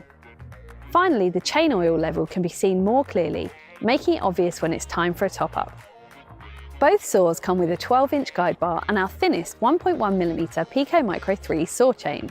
As well as being energy efficient and low vibration, this chain also produces a super smooth finish on the wood, making it ideal for woodworking projects. It's important to keep the chain in good condition. For effective sharpening, we recommend the 2-in-1 Easy File as it's easy to use. The file sharpens the cutting tooth and files down the depth gauge at the same time, so it produces a great cutting result every time. Tensioning the chain can be done without any tools using the quick chain tensioning system. Simply lift the lever, loosen the sprocket cover and turn the thumb wheel to loosen or tighten the chain. As well as being lightweight, the central positioning of the battery means the MSA 60 and 70 are well balanced and compact too. The rear handle has a rubberized coating for grip, and the quick stop chain brake is within easy reach of the front handle. So what's the difference between the MSA 60 and MSA 70? The design of both are similar, but the MSA 70 is the more powerful model. The MSA 60 is recommended with the AK20 battery, whereas the MSA 70 is recommended with the AK30 and has 25% more cutting performance than the MSA 60, allowing you to get the job done even quicker. You need to use the AK30 to get full power from the MSA 70. All our AK batteries have a charge level indicator, and the battery transport position means you can move the saw around the garden without the risk of the battery falling out or the machine being live.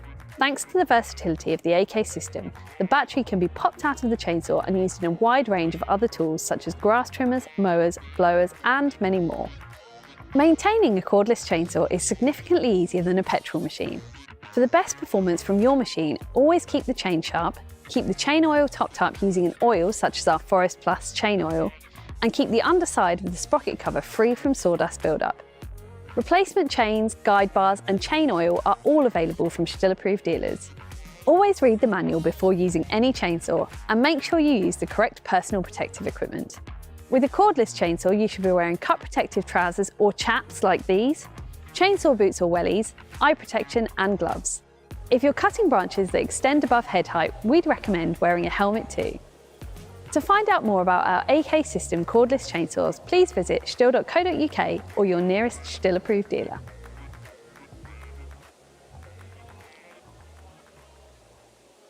All right, the gang is finished on stage. Let's get the action underway with a little bit of information about the Springboard. Here we go.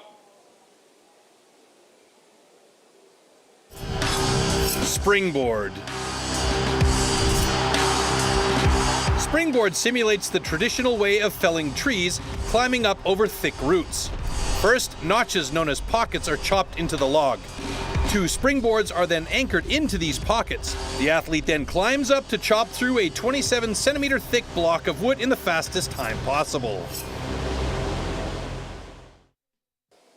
All right, so that's all she wrote for Springboard's information. We're going to get up onto the stage here with our first heat coming up. And as I said, this is for me that one discipline that is really the make or breaker, because you cannot mess up here. If you do, that will kill your time, especially setting the pockets, Yolanda. That's right, pockets are key. So we'll see what these guys do today. All right, Pierman Gnedinger in heat number 1 with Severin Bühler, David Knecht in there with Thomas Gerber, Stefan Hübscher in with Cyril Pabst, Marcel Ammann going up against Christophe Geissler. 4 heats, 8 athletes. We're going to whittle it down to 6 after this discipline. Let's see how Pierman does here against Severin. 2-minute, 30-second time limits. Hopefully none of these guys will get anywhere near that as we head onto the stage and concentrate on getting these pockets in these boards placed, and we'll talk you through it as we go.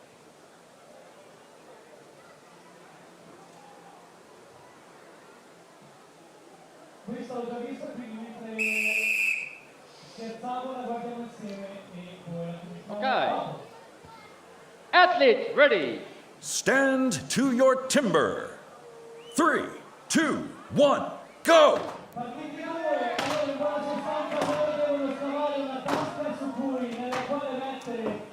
That's a 4-hit pocket by Severin Bühler. I think we had 6 by Pierman, and he does a little bit of house cleaning with his hand to get that board in place. Severin Bühler now on his first board. That's a good pocket, or a quick pocket for him to get up onto the top there. A little bit of a saggy board there. He's got to be careful that doesn't get too droopy on him. It's just a little bit below 90. Is a little bit close on there, and now it seems to be drifting its way down. And hopefully that toe on the front of the board will hook in and really hold him. The last thing you want to have here is that board going for a fall. That's right. Looks like the trees are pretty good here today. Yesterday we did have some issues with the pockets. We maybe get to discuss that a little bit later. Look at the hard hits from these 2 guys on the boards. Here, balance is really key. So you can see Pierman is standing really far back because he knows he's got a good board. He's got a really good board. Is standing a little bit closer and now switching it up for the last few hits. I like to call that the awkward angle, but the problem for Severin is he's been working the whole time off of his shoulders and his upper body for those drivers, because that board just continues to sag and sag and sag. That means he can't put his feet towards the back and really work hard on that top block with proper power, but he gets it done in 128.92. Pierman still working on that first side. He's got nice and deep on that first side. He'll switch over fairly soon to that second side in that awkward angle, but he's got to get it done in under 2 minutes, 30 seconds here. And he's got a lot of work to do on this side, so.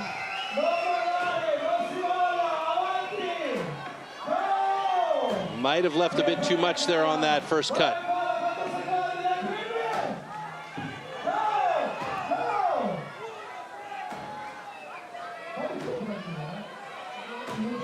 It's wiggling, it's wiggling. One Come more on. Oh, A little bit of a tough one. 209.27 for PM and 128.92 for Severin Bühler. So right now, 128.92 is the time to beat. And as we're seeing, the chopping disciplines, especially up high, or maybe it's the altitude there that's causing problems, but the chopping disciplines are being a bit difficult today.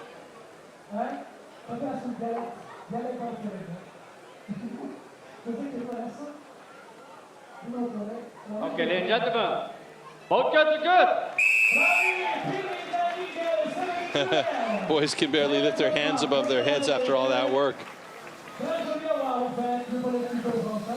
It's definitely the event that uses the most energy. Yeah, not only physically, but mentally, because if you're thinking about what you're doing up there, I mean, you really can't think about it. You just have to go. That's right, and really crucial is these pockets at the beginning, because you're expecting to do 4, 6 hit pocket. If you just don't get that done, you got to be able to deal with it, move on, do the next pocket, and get up there to chop that block. Top Pyramid, quite a bit of time on that second pocket. Once he's up, his really board nice was good, board, yeah. so that was worth it.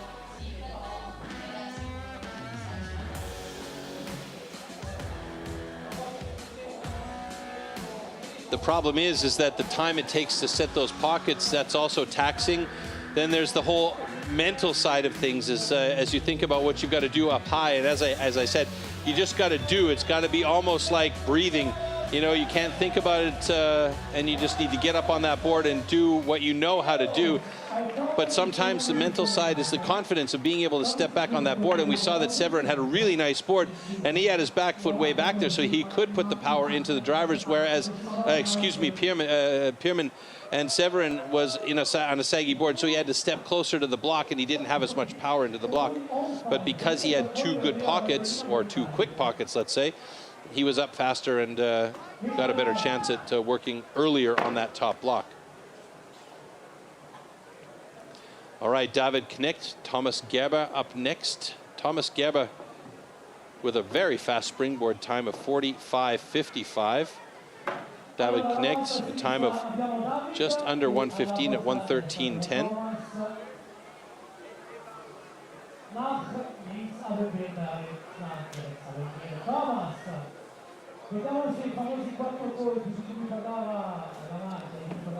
So Thomas Gerber did hold the Swiss record for a long time. Okay. Athlete ready. Stand to your timber. 3, 2, 1, go!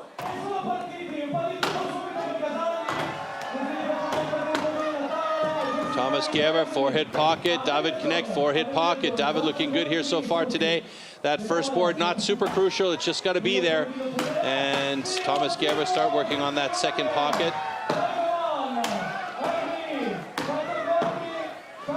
That's a 5-hit pocket for Thomas Gerber. Second pocket's taking a little bit longer for David Knecht, but Thomas Gerber needed to do a little bit of work in there as well. And so he's moving up on top, and his bottom board came out as David Knecht. And so he is down again and resetting that lower pocket. That's going to really cause problems for his time. And he's got to be careful here as David Knecht sets his board in position. It's not looking super solid there, as he just needs to now concentrate on getting that second pocket in place, but it is not happening for him at all. Thomas Gerber, meanwhile, is on that top board and is past the minute mark here. And as I said, the chopping disciplines aren't super easy today. Definitely not. They're making it work for them.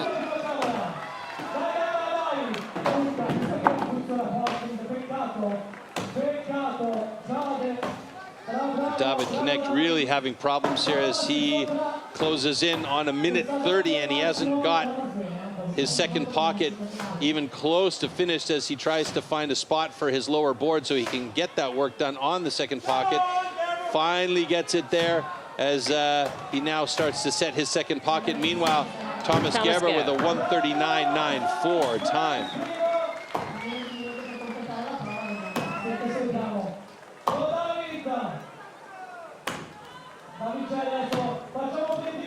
this is Thomas Gerba's favorite discipline, as David Knecht, it doesn't look like he's even thinking about bothering on that top block as he's reached the 2-minute mark. There's really no chance for him at this point unless he has an absolutely phenomenal standing block up there on that top board. He's going to try and go for it anyway. But he is spent. He doesn't have any more juice in the tank at all.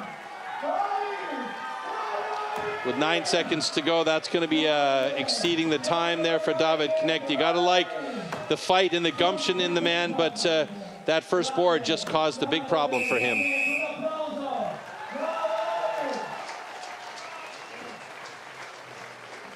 It's always a bummer to see something like this happen.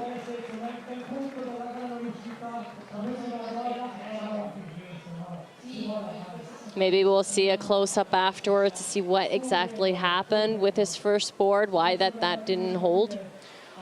But like I was saying, yesterday by the rookies, we had 2 boards that broke out just because the tree was soft and the boys, they didn't do deep pockets.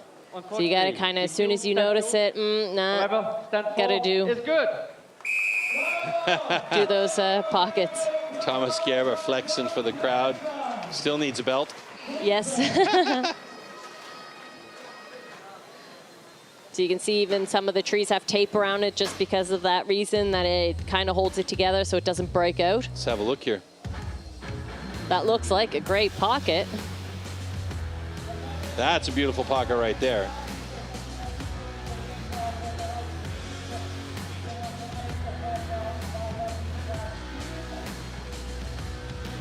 You could see that bottom board sagging significantly. It actually, I think it came out as you could see him bouncing up and down there. There just was no stability at all. And once that board touches the ground like that, he's not allowed to stay on it.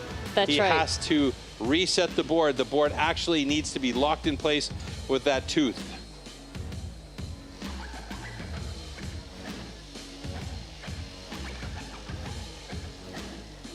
And there's a second slide out after he did his pocket. And this is precisely what I was talking about earlier on. You don't want to have that situation happen on that second board 2 meters up, especially with that sharp axe in your hand. So you've really got a tough situation here. And what we've just seen now is 2 guys that definitely know how to do this, two guys that have had, you know, lock times in under the 2 minute 30 second, 45 seconds for Thomas Gerber. David Knecht had 1:13 or so. So, you know, it's a really, really, really tough discipline to get good at. It definitely is, and I'm really interested to see what the rest of the guys do. They have watched this now, so it's a question of nerves and mental stability. Who can say, okay, I can change my way of chopping to make it work for these trees and the blocks on top. All right, let's head over to David Knecht on stage right now and hear what he has to say about this tree discipline here at the Springboard. Here we are here with David Knecht. T'as donné tout ce qu'il fallait donner en fait, mais je te demande qu'est-ce qui s'est pas allé? Qu'est-ce qui s'est passé là-bas? Déjà, je veux dire merci Bellinzona.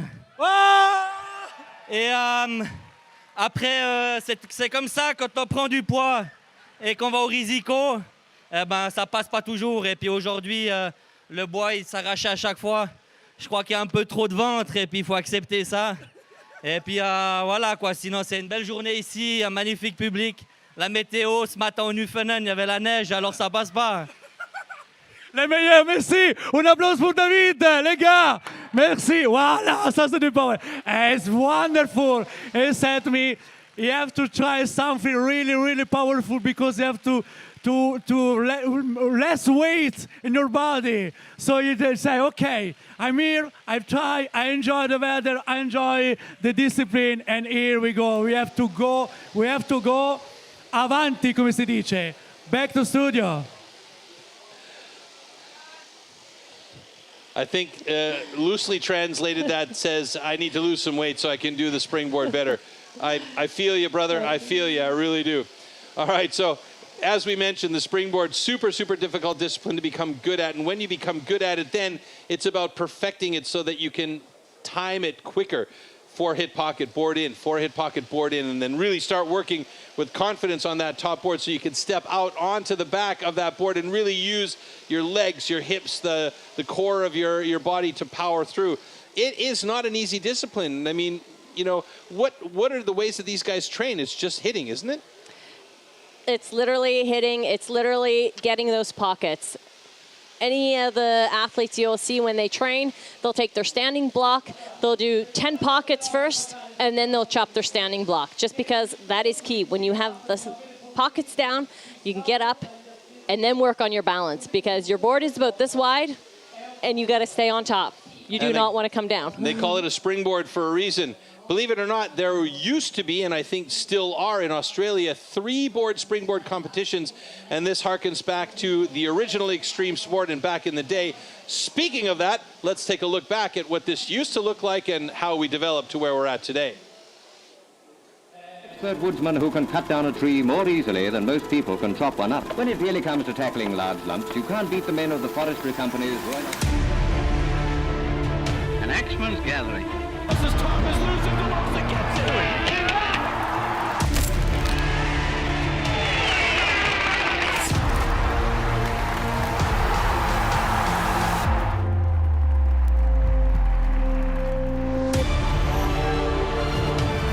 Look at this, Cormac is playing a great game of catch-up.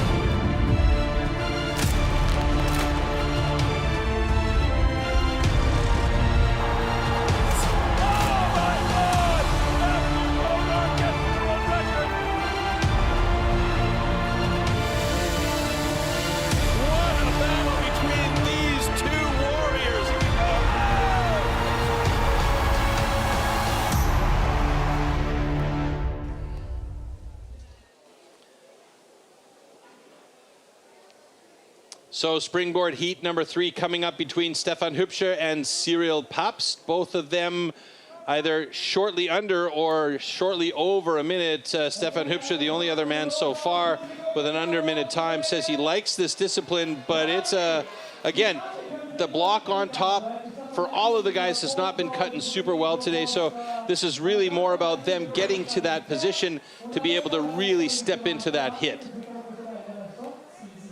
Stefan is definitely going to give it his all, because he is having issues with his shoulder. I think he has to go and operate here in a couple of weeks, so he's got nothing to lose here today.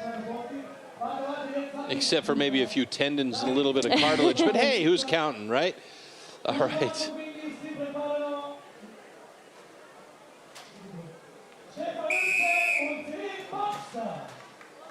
Okay. All right, here we go. Heat number Athletes 3. ready. Stand to your timber. 3, 2, 1, go!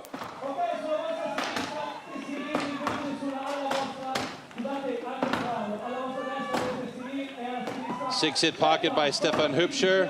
Cyril Pabst about the same. They both get up onto the board at the same time. Nice board by Stefan Hübscher. Nice board by Cyril Pabst as well.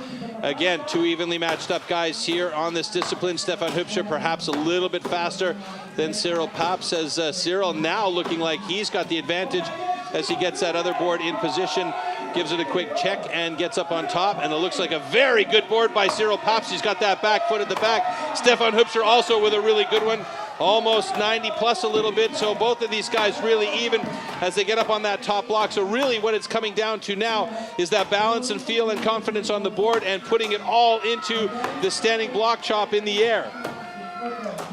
It's a little bit like the Jetsons up there, you know. Meet George Jetson and his wife Judy up in the air, chopping away at the blocks. Stefan Hübscher, well, he's putting a lot of power into it. They've passed the minute mark here each. And now Stefan Hübscher going to that awkward angle on the opposite side. Cyril Pabst still working on the first side, wants to go as deep as he possibly can. Remember, they do have to cut through from both sides, so got to be real careful that they do not cut through it on only one side. Cyril Pabst moving to the second side now. Stefan Hübscher should have it done in 2 or 3 more drivers. There it is. Only needed 1, and that is 132.15 for Stefan Hübscher. And that puts him right now in second place, and Cyril Pabst with a 139.49. has third place in the Springboard with one more heat to go. Heat number 4, and that's between Marcel Amann and Christophe Geissler. Marcel Amann was sitting third in the overall standings. Christophe Geissler atop the standings. Can he hold on to that is the question. And Cyril Pabst has a little bit of a lie down to get some fresh oxygen into his lungs after that really intense heat. You can see he is spent, and probably you can imagine what's going through his mind right now. Oh, merci beaucoup. Okay, ladies and gentlemen, congratulations. Both shots are good.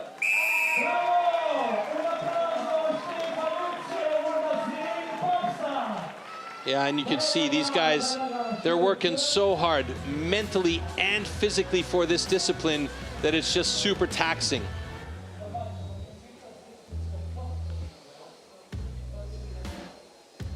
So Stefan Hübscher not bothering with any house cleaning there at all. He had a couple of pieces in there, but they were far enough off to the side that he felt good enough to be able to put the board in place.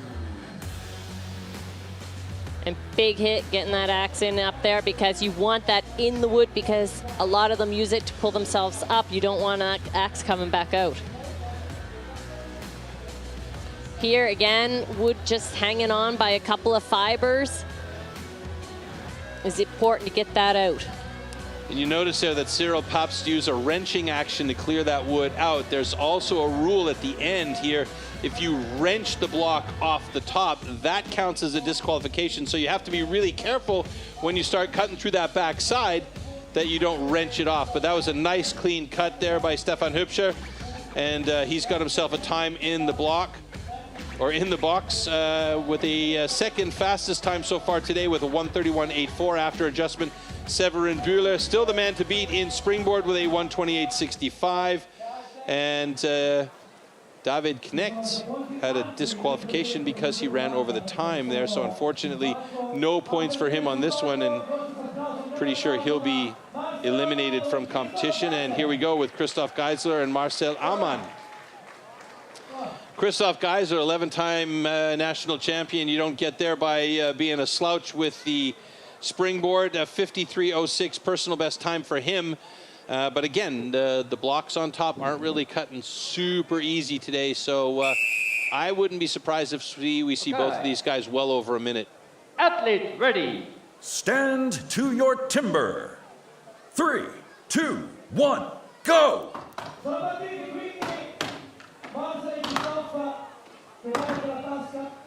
Christophe Geissler, 4-hit pocket right away. Gets that board in place. Oh, man, that's confidence right there. Didn't even think about it. Yeah.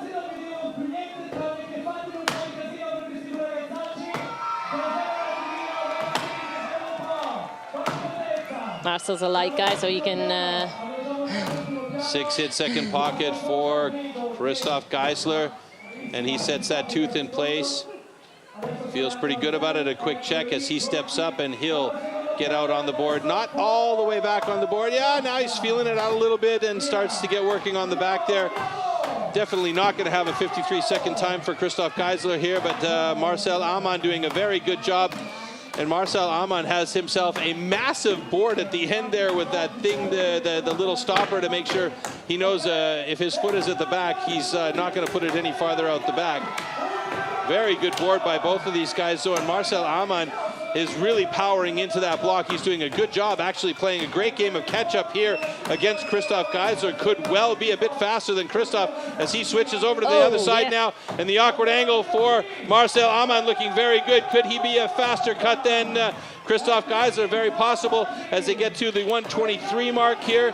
And Marcel got a little bit of material. Christophe Geissler worked a little bit harder on that first side to get more in it. And he's done it! And a new personal best. Marcel Amann, 1:30.00 personal best for him. Fantastic job, Christophe Geissler, a 1:35.14. And Marcel Amann has just cemented himself in good position there in the overall standings. We won't tell you what that is because we want to keep that a little bit of a surprise. But I'll tell you what, that was a great run by Marcel Amann.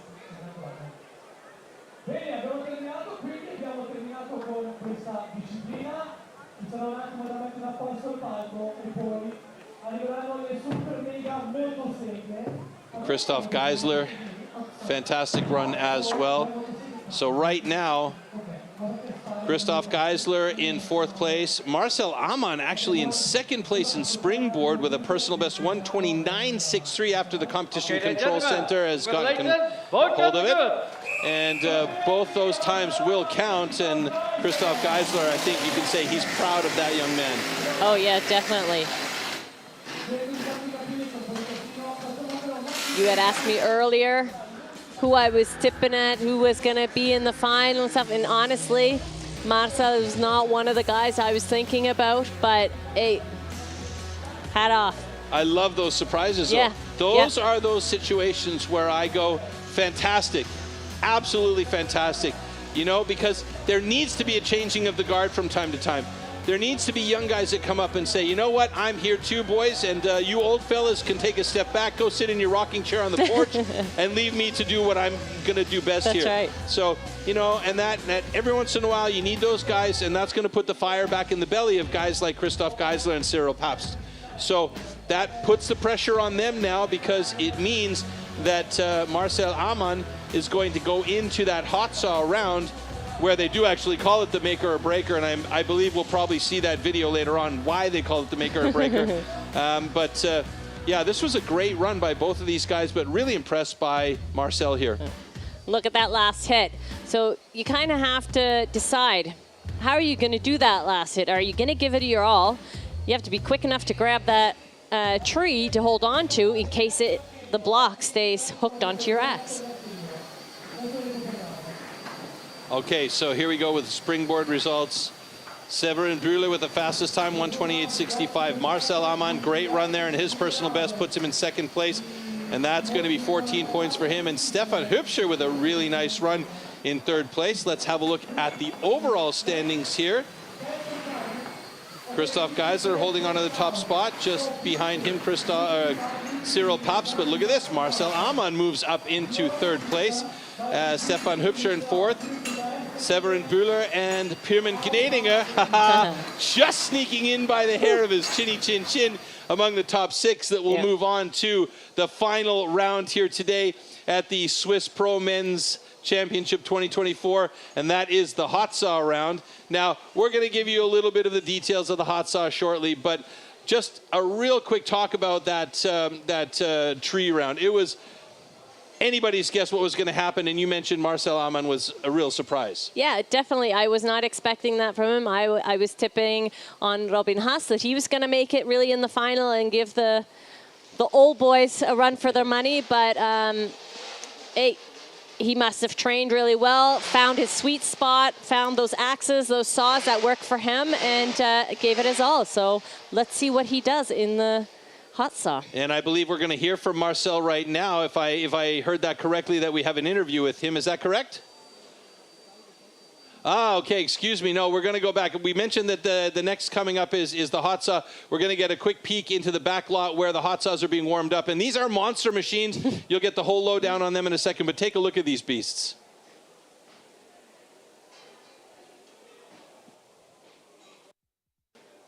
Just the saw alone is heavy. Look at how much effort it takes for him to carry that over. Imagine cutting with those things. Massive.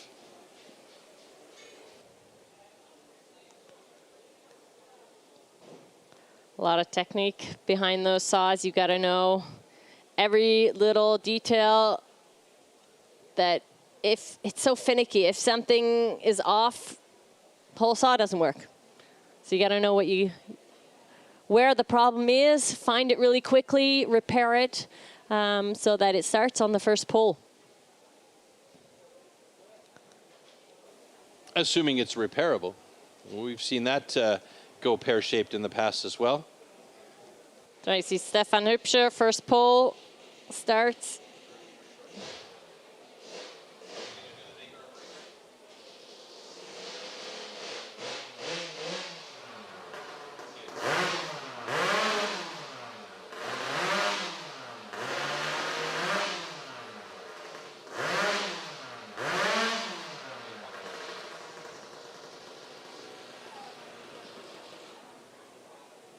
And you can see there how much that saw moves. So this is a high performance machine.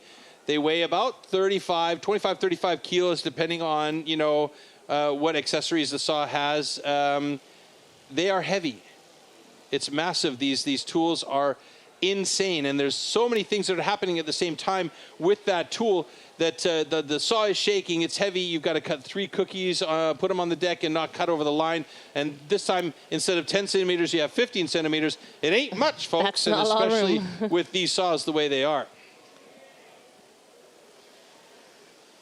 And you can see, you know, these are strong men. These are very strong men. And he's like struggling to carry that saw back over to the stage area. It's insane. So before we get going with this contest and with this final discipline of the day with our final 6 athletes, let's take a look at the tool and discipline for hot saw.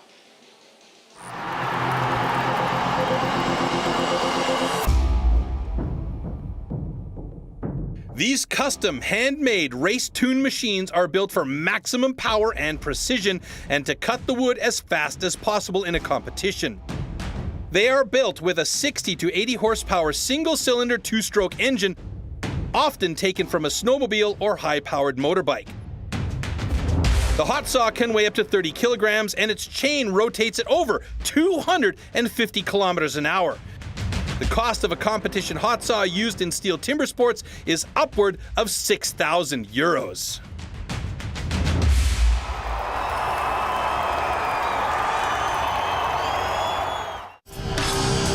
Hot saw. For the hot saw, power saws are called into action and the athletes have a space of 15 centimeters to cut 3 complete discs off a 46 centimeter thick wooden block. Jumping the start or cutting over the line will result in a disqualification.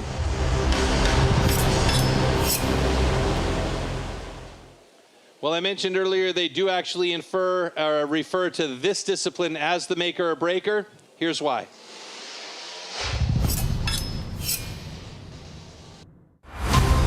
This is the one and only discipline where the athletes are alone on stage. Yeah, probably the most important event, but yeah, also the most frustrating. These saws are so incredibly powerful and dangerous. Usually the hot saw is the slider.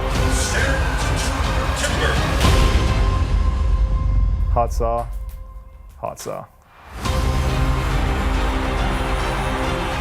I can't describe to you when we're out there under pressure. Starts well, first disc looks solid, cut is good.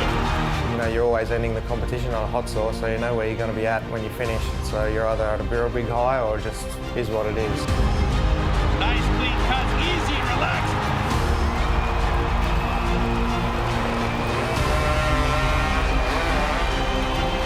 Hot saw is a love-hate for me. I honestly don't get that much enjoyment out of it. I'm not a motorhead. I swallow my pills and eat it. Once the competition comes, anything can happen. Oh no, a false start by Sterling Hart. What a disaster. Yeah, it was a disappointment for me. Happens though. It's part of competing. I saw there was 3 good discs there, but then they let that nose come right up underneath the crossover line. Unfortunately, a disqualification. It all relies on the hot saw. It went good up until the hot saw. I disqualified, I cut across the line. Yeah, there was a bit of interference, I feel like, in a big pressure situation, you know. What are you taking away from this event? Oh, probably last place. I don't know, headache. Yeah, shiratsu. What else do you want? If you have bad luck or if you did wrong, it's part. Just your experience. Oh my goodness. What an absolute disaster. The chain came off. I was not disappointed because everybody see that I can be with the guys in front. It was a bit of a disaster, so it was just operator error, and I didn't perform as well as I would have liked to. Nice safe cut. Oh no! Oh no! Never prepared for that situation, but luckily it started and I got 3 wheels and now I'm the world champion. Yeah, it's the make or break event, you know. I think you love it and you hate it. Das ist eigentlich immer ein geiles Ding. Ich schneide immer sehr sicher. What was going through your head when that gun fired? 4.62 seconds. That's pretty hard to believe right there. Just try to make 3 good cuts and no disqualification. The hot saw is where it's all won so that's the best event. So 6 athletes remain. It is round 3. Pirmin Gnedinga going up against Severin Bühler. Stefan Hübscher up against Marcel Amann, and Cyril Pabst up against Christophe Geissler. We've seen these two guys battle it out many a time in the past. Many and times. as they will run last, they know what they have to do, if they can relax during their cut or if they're going to be under deep pressure during their cut. Look at this crowd here as well. Beautiful location. It's another festival, and the folks are enjoying themselves here. It's an absolutely fantastic location.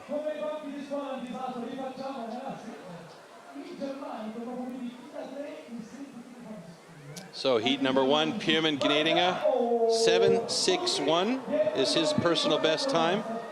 Severin Bühler, 6.14 is his best time. I mean, those are 2 fast times, I gotta be honest with you. They're very fast, very close, so it's going to be an interesting race.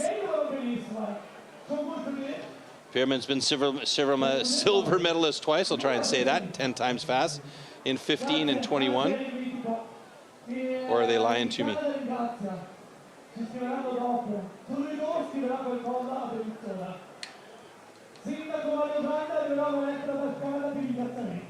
think we're just waiting on the second athlete to come up here.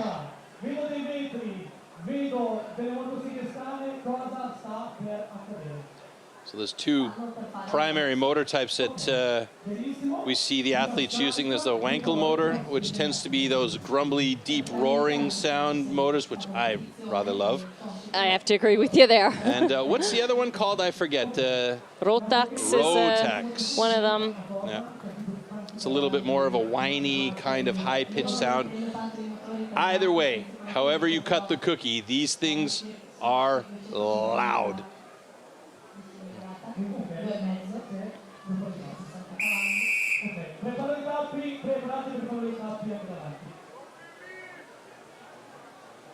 Okay, gentlemen. Warm up to solve.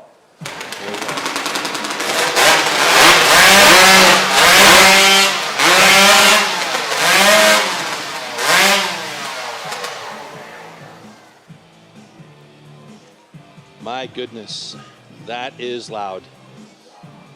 The other thing is that when you're observing the hot saw as an audience member, whether it be on TV or live, you can't blink. No, you definitely can't. It goes so quick.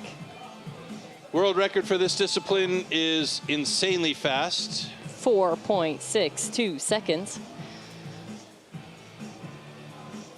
That was actually recently, or the current world record broke the last world record by like, I don't know, 3 or 4 seconds. It was held by Danny Martin from Germany, and it is now owned by an American dude whose name I can't remember. Adam Lethko. Adam Lethko. Thank you very much for saving my butt there. Stand to Here your we go. timber. Don't breathe, don't blink, folks. 3, Here we go. 2, 1, go!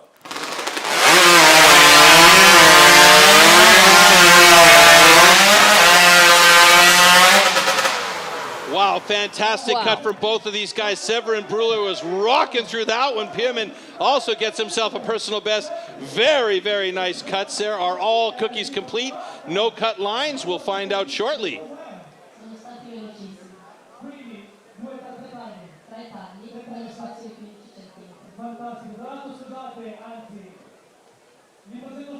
Uh-oh. A little more time looking at that cut from Severin Bühler. That's not good. Oh. Oh, that is not looking good for Severin Bühler. And we have a flag, so I do believe we have a cut line. Oh, man, too bad, because that was a fantastic cut. It could even be a national record if it stands. We have a DQ on stand 2, cut the line. However, stand 1 is good. Oh, man. I'm gutted for Severin Bühler. That was such a great cut. The flow was there. You could really see he was into the movements. Everything was working so well. Just one overcompensation on the bottom on that final cut, and you got a cut line. Too bad. On the positive side, though, we have a really nice cut there from Pirmin, who's got himself they give him the personal best? No, No, they didn't changed give it the the other personal best. way. Too Yeah. bad. Severin did have quite big cookies, so it just must have just nicked that line. So quick on that. And it was just Look that at those bottom cut chains there. It's a over. little bit of an angle. You can see the cookie is a bit thinner at the top and a bit thicker at the bottom, which means he was cutting towards the inside of the log. And that was kind of the trend that he had through all those cuts. That second cookie's nice and thin, but here, watch the angle. Gets wider at the bottom and he goes over the line. Ah, that's Pierman, excuse Beautiful me. set there by Pierman. Yeah, very nice cut. All right. Next heat coming on stage, Stefan Hübscher going up against Marcel Amann.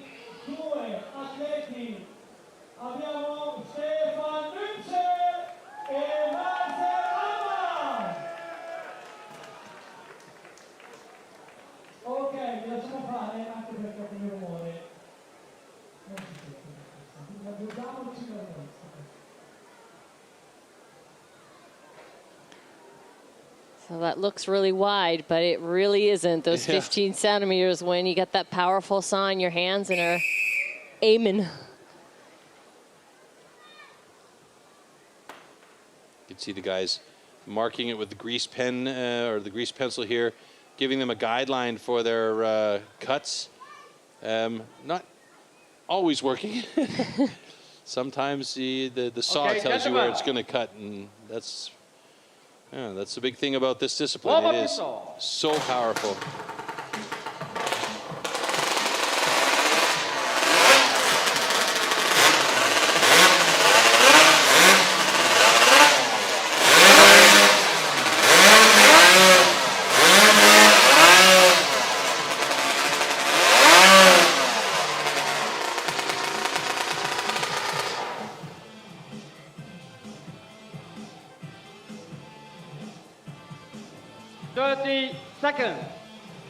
So last little bits of wrapping the cord, making sure everything's tight, making sure that the gas is on, making sure that the ignition switch is on. We've seen that happen before, where somebody's left the ignition switch off, tried to start the saw, and it just won't roll over.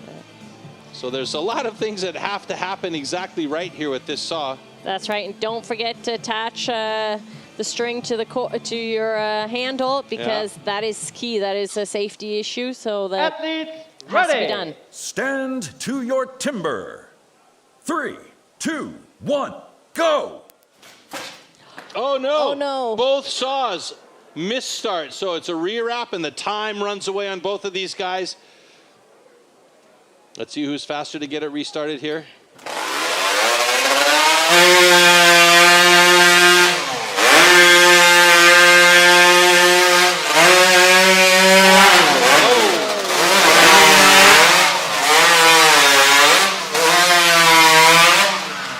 Times are way off base, and Marcel Amann went over the line. Clearly, we could see that from here.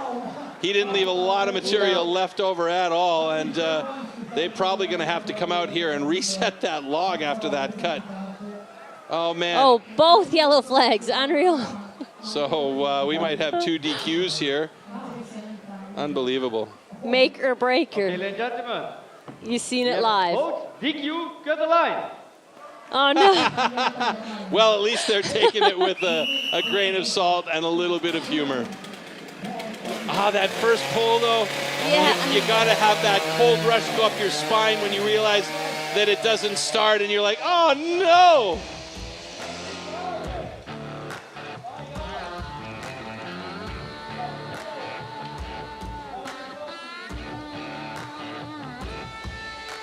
So here we see that pull that just didn't work. And there's that oh bleep moment where, and here, hovering, look at the angle here. The bar is pointed inwards. It's not the angle of the cut, it's the bar pointed inwards. And here, the big swing over it, you can see clearly way over the line there, that blue line on our side of the saw. Yeah, tough break here, but them's the breaks. It goes so quick, you don't even have time to realize to change the angle of the saw to make that last cut. Yeah. Oh, right on the line. Right on the line. No mistaking that on either of those cuts. So, yeah, That is all she wrote for those two gentlemen with DQ. And we go to our last heat of the day. Cyril Pabst against Christophe Geissler, who holds a national record at 5.68. So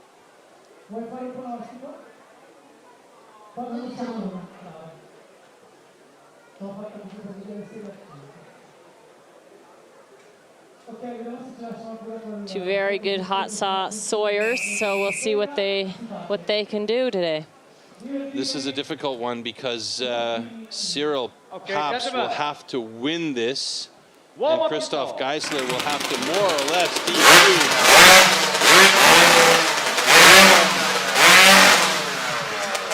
Or get dead last for Cyril to be able to take this win. It's the points are just too far in advance for Christophe Geissler. So let's see what Cyril Pabst can do here.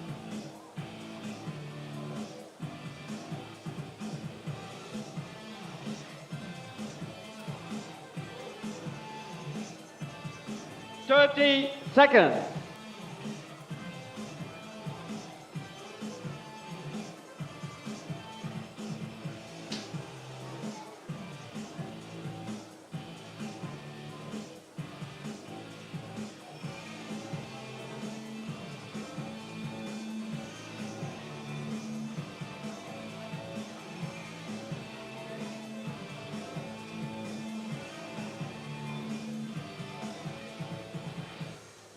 Athletes ready. All right, last heat, folks. Here we go. Your timber. This is for all the marbles. 3, 2, 1, go!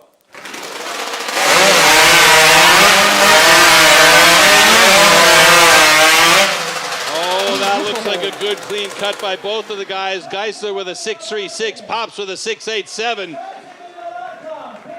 Now it comes down to the check. Those are some pretty good sized cookies by Geissler. The last one looked a bit thin, which is good.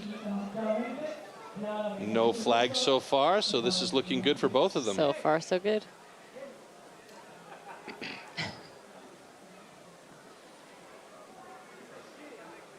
Okay, ladies and gentlemen, congratulations. Both cuts are good. All right, so that's it, folks. It is your final heat of the day. Christophe Geissler gets this one with the fastest time of the day in the hot saw, taking the full 18 points. Cyril Pabst in second place with 15. And Pierman Gnadinger, you can be proud of your man. I sure am. Third place with 12 points, and that means that is going to be your podium as well.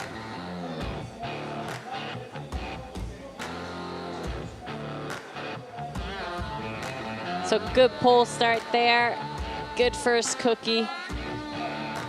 Nice and thin on the change, second one. yes. So that leaves you enough room to just go for the third. Yeah, Cyril looking very good there. Both of the guys hovered a little bit. They knew they didn't have to stress. They just needed to get good, clean cuts, and that's right. basically what they did. Yeah. Christophe Geissler is a little bit faster with his cuts. That first hover was there, but then he flowed through nicely. So good times there for the hot saw. Christophe Geissler, top spot 6.42. Cyril Pabst, second place with 6.71. And Pierman Gnadinger are the only three guys that actually scored here with a 7.68. Final results then, no change in the top three. Marcel Amann, Stefan Hübscher, and Severin Bühler rounding out the top six. So Geissler takes back the crown and will be your Swiss champion. Here on the stage with Christophe Geissler. Alors mec, la deuxième fois qu'on se voit aujourd'hui, ben la dernière ça allait vraiment bien. Hein? Ouais, c'est sûr, ça a bien été. J'étais pas parti dans l'optique aujourd'hui de venir ici, d'avoir une aussi jolie journée de compétition. Donc je suis vraiment content. J'avais en tête que je devais boucler la boucle parce que j'étais à 11 titres. Aujourd'hui, ben, je le fais sans chiffre pair, donc je suis content de ça. Mais j'étais pas parti dans le but, donc je suis un petit peu étonné, mais je suis super content. Je peux te dire que tu as vraiment déjà goûté ce que j'ai vu et c'est vraiment un show comme il faut. Hein. Bravo, hein. Bravo, bravo, merci. Facciamo un applauso a Christophe Geissler, magnifico.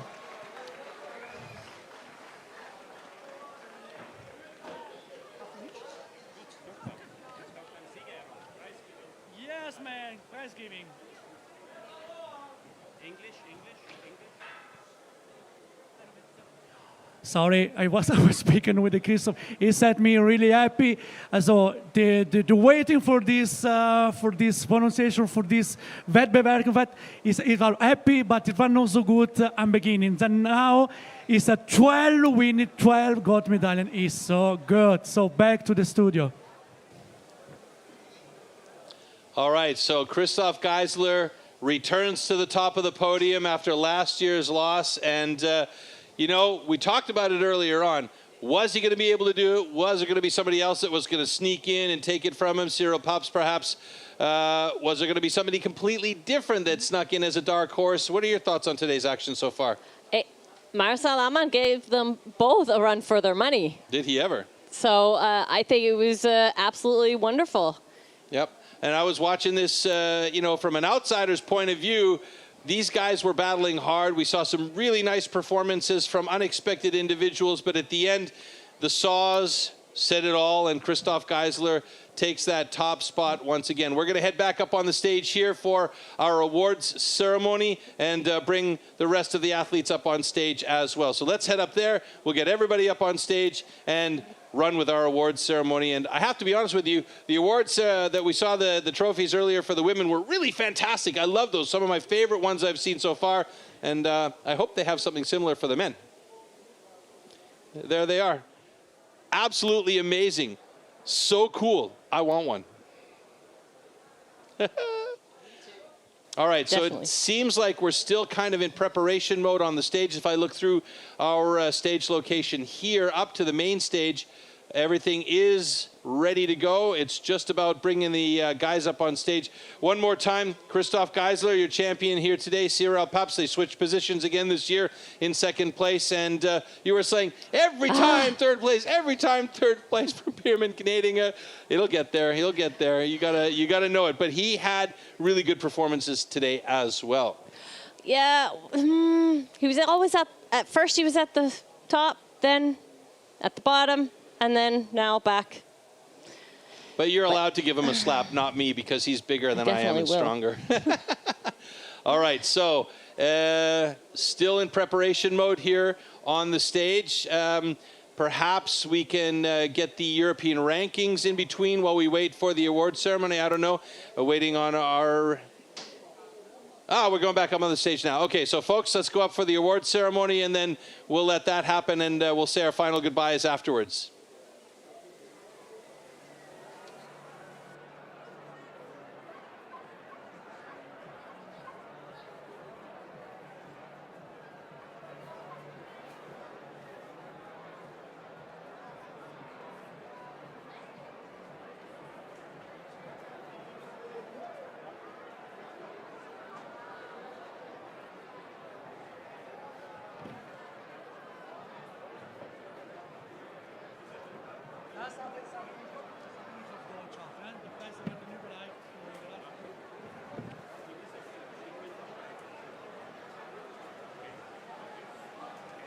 Here we go.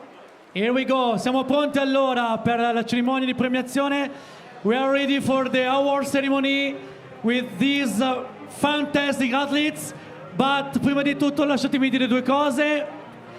Lo dico prima in tedesco. Die Preise werden überreicht von Ralf Turke, Geschäftsführer STIHL Schweiz. The awards will be presenting by the Managing Director of STIHL Switzerland, Ralf Turke. Birke, un applauso. Un applauso per favore.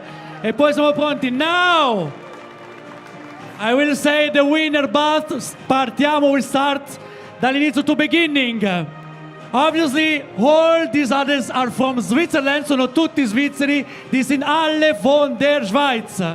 So, 12 with 10 points. Haben we have Albert Kläger. Ciao Albert. Welcome. Congratulations.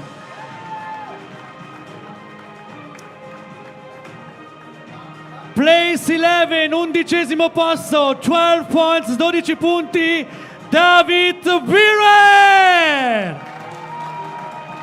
One in on the stage, David. Place 10, 16 points, 16 punti, Sean Asher.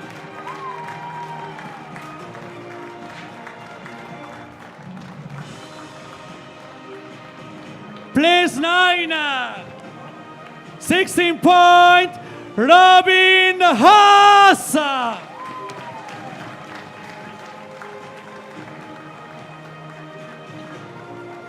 Place 8, ottavo posto, 27 points, 27 punti, David Knecht.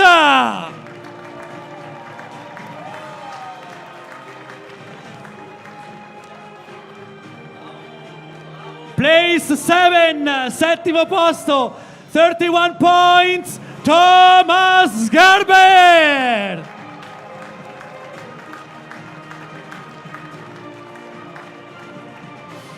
Place 6, sesto posto, 37 points, 37 punti, Severin Bühler.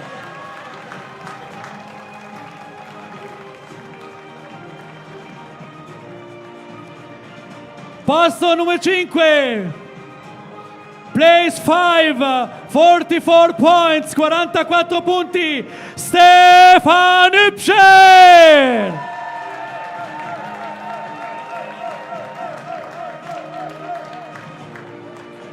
Place 4, vierte Platz, quarto posto, 45 points, 45 punti, Marcel Lehmann.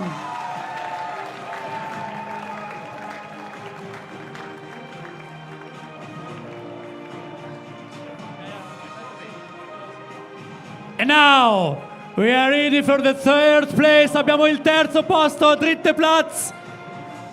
Abbiamo una medaglia di bronzo. 47 points, 47 punti.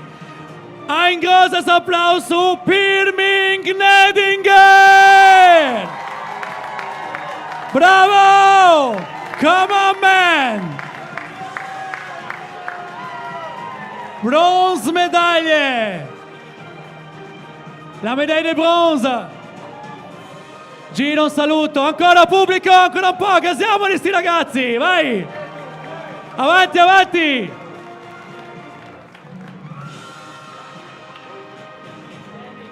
We have the prize. Pirmin, show the prize. Zeig, montre, comme il faut. Voilà! Schön!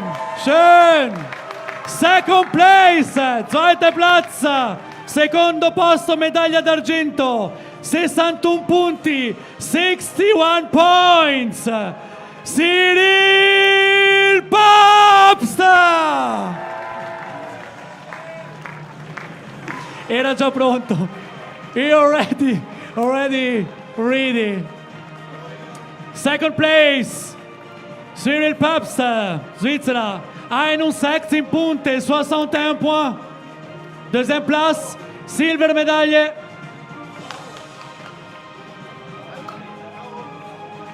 Bravo, il monte sur la scène maintenant, deuxième.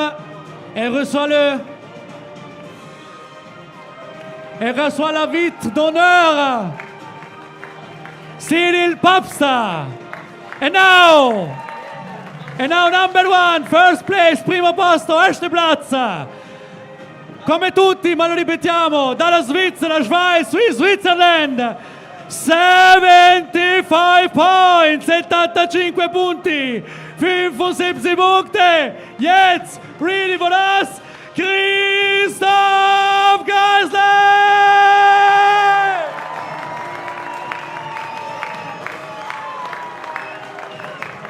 Zwölfte Mal Swiss Champion, 12esima volta campione svizzero. Bravo, deuxième fois champion suisse, bravo Christophe. Una macchina da guerra, bravo Christophe, monte.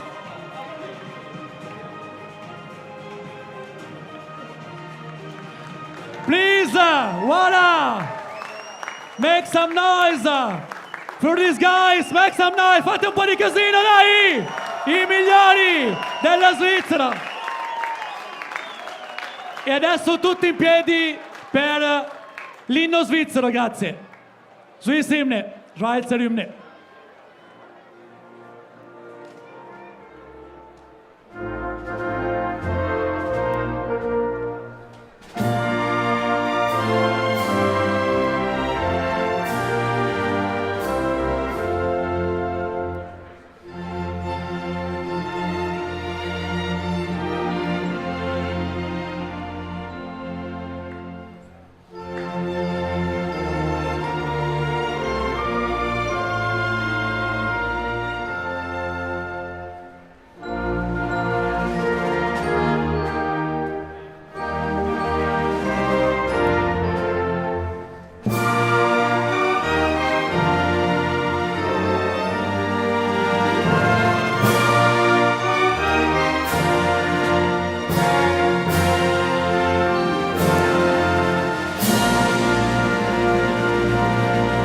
Bravi! Avanti tutta! Let's go, guys! And let's start this party! Okay! That's really fun. This is super! Facciamo ancora un applauso! Bellinzona! I migliori! E complimenti di nuovo a Christophe Geissler!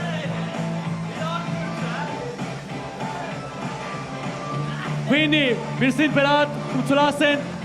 Ci vediamo domani per gli europei.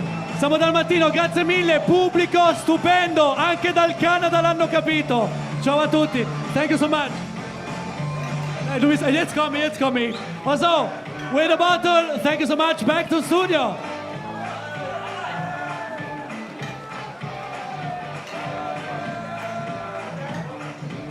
Well, now I know why the women spray the champagne so much, and the men just sort of do an anemic little spray because they're standing there swigging like crazy and enjoying it. Yeah, okay, why not? You got to enjoy it your own way. Ladies and gentlemen, that was it for our Swiss Men's Pro Championship here. Christophe Geissler takes the top spot. Let's see where that puts him among the European ranking if we're going to see him in Toulouse. And it does appear that Christophe Geissler just sneaks in there. Unfortunately for Glenn Pendlington from Great Britain, that pushes him and the rest down. And we still have one more event to go. Czechia has their competition coming up next weekend, I believe it is. So there may well be another push down here. So Christophe Geissler is now the bubble boy, as it were. Ladies and gentlemen, it's been a day. Don't forget, tomorrow we still do have the European trophy. And Yolanda, you're going to be on stage doing the expert duties on stage for our live audience. And that means that Matt Beadle and I will be taking on the duties here in studio for the European trophy. That is a fun one. Make sure you do tune in and join us for that. We hope you guys had a great day today. We certainly did. For Yolanda Canadinger, I'm saying ciao, everybody. Till next time, be well out there and take care.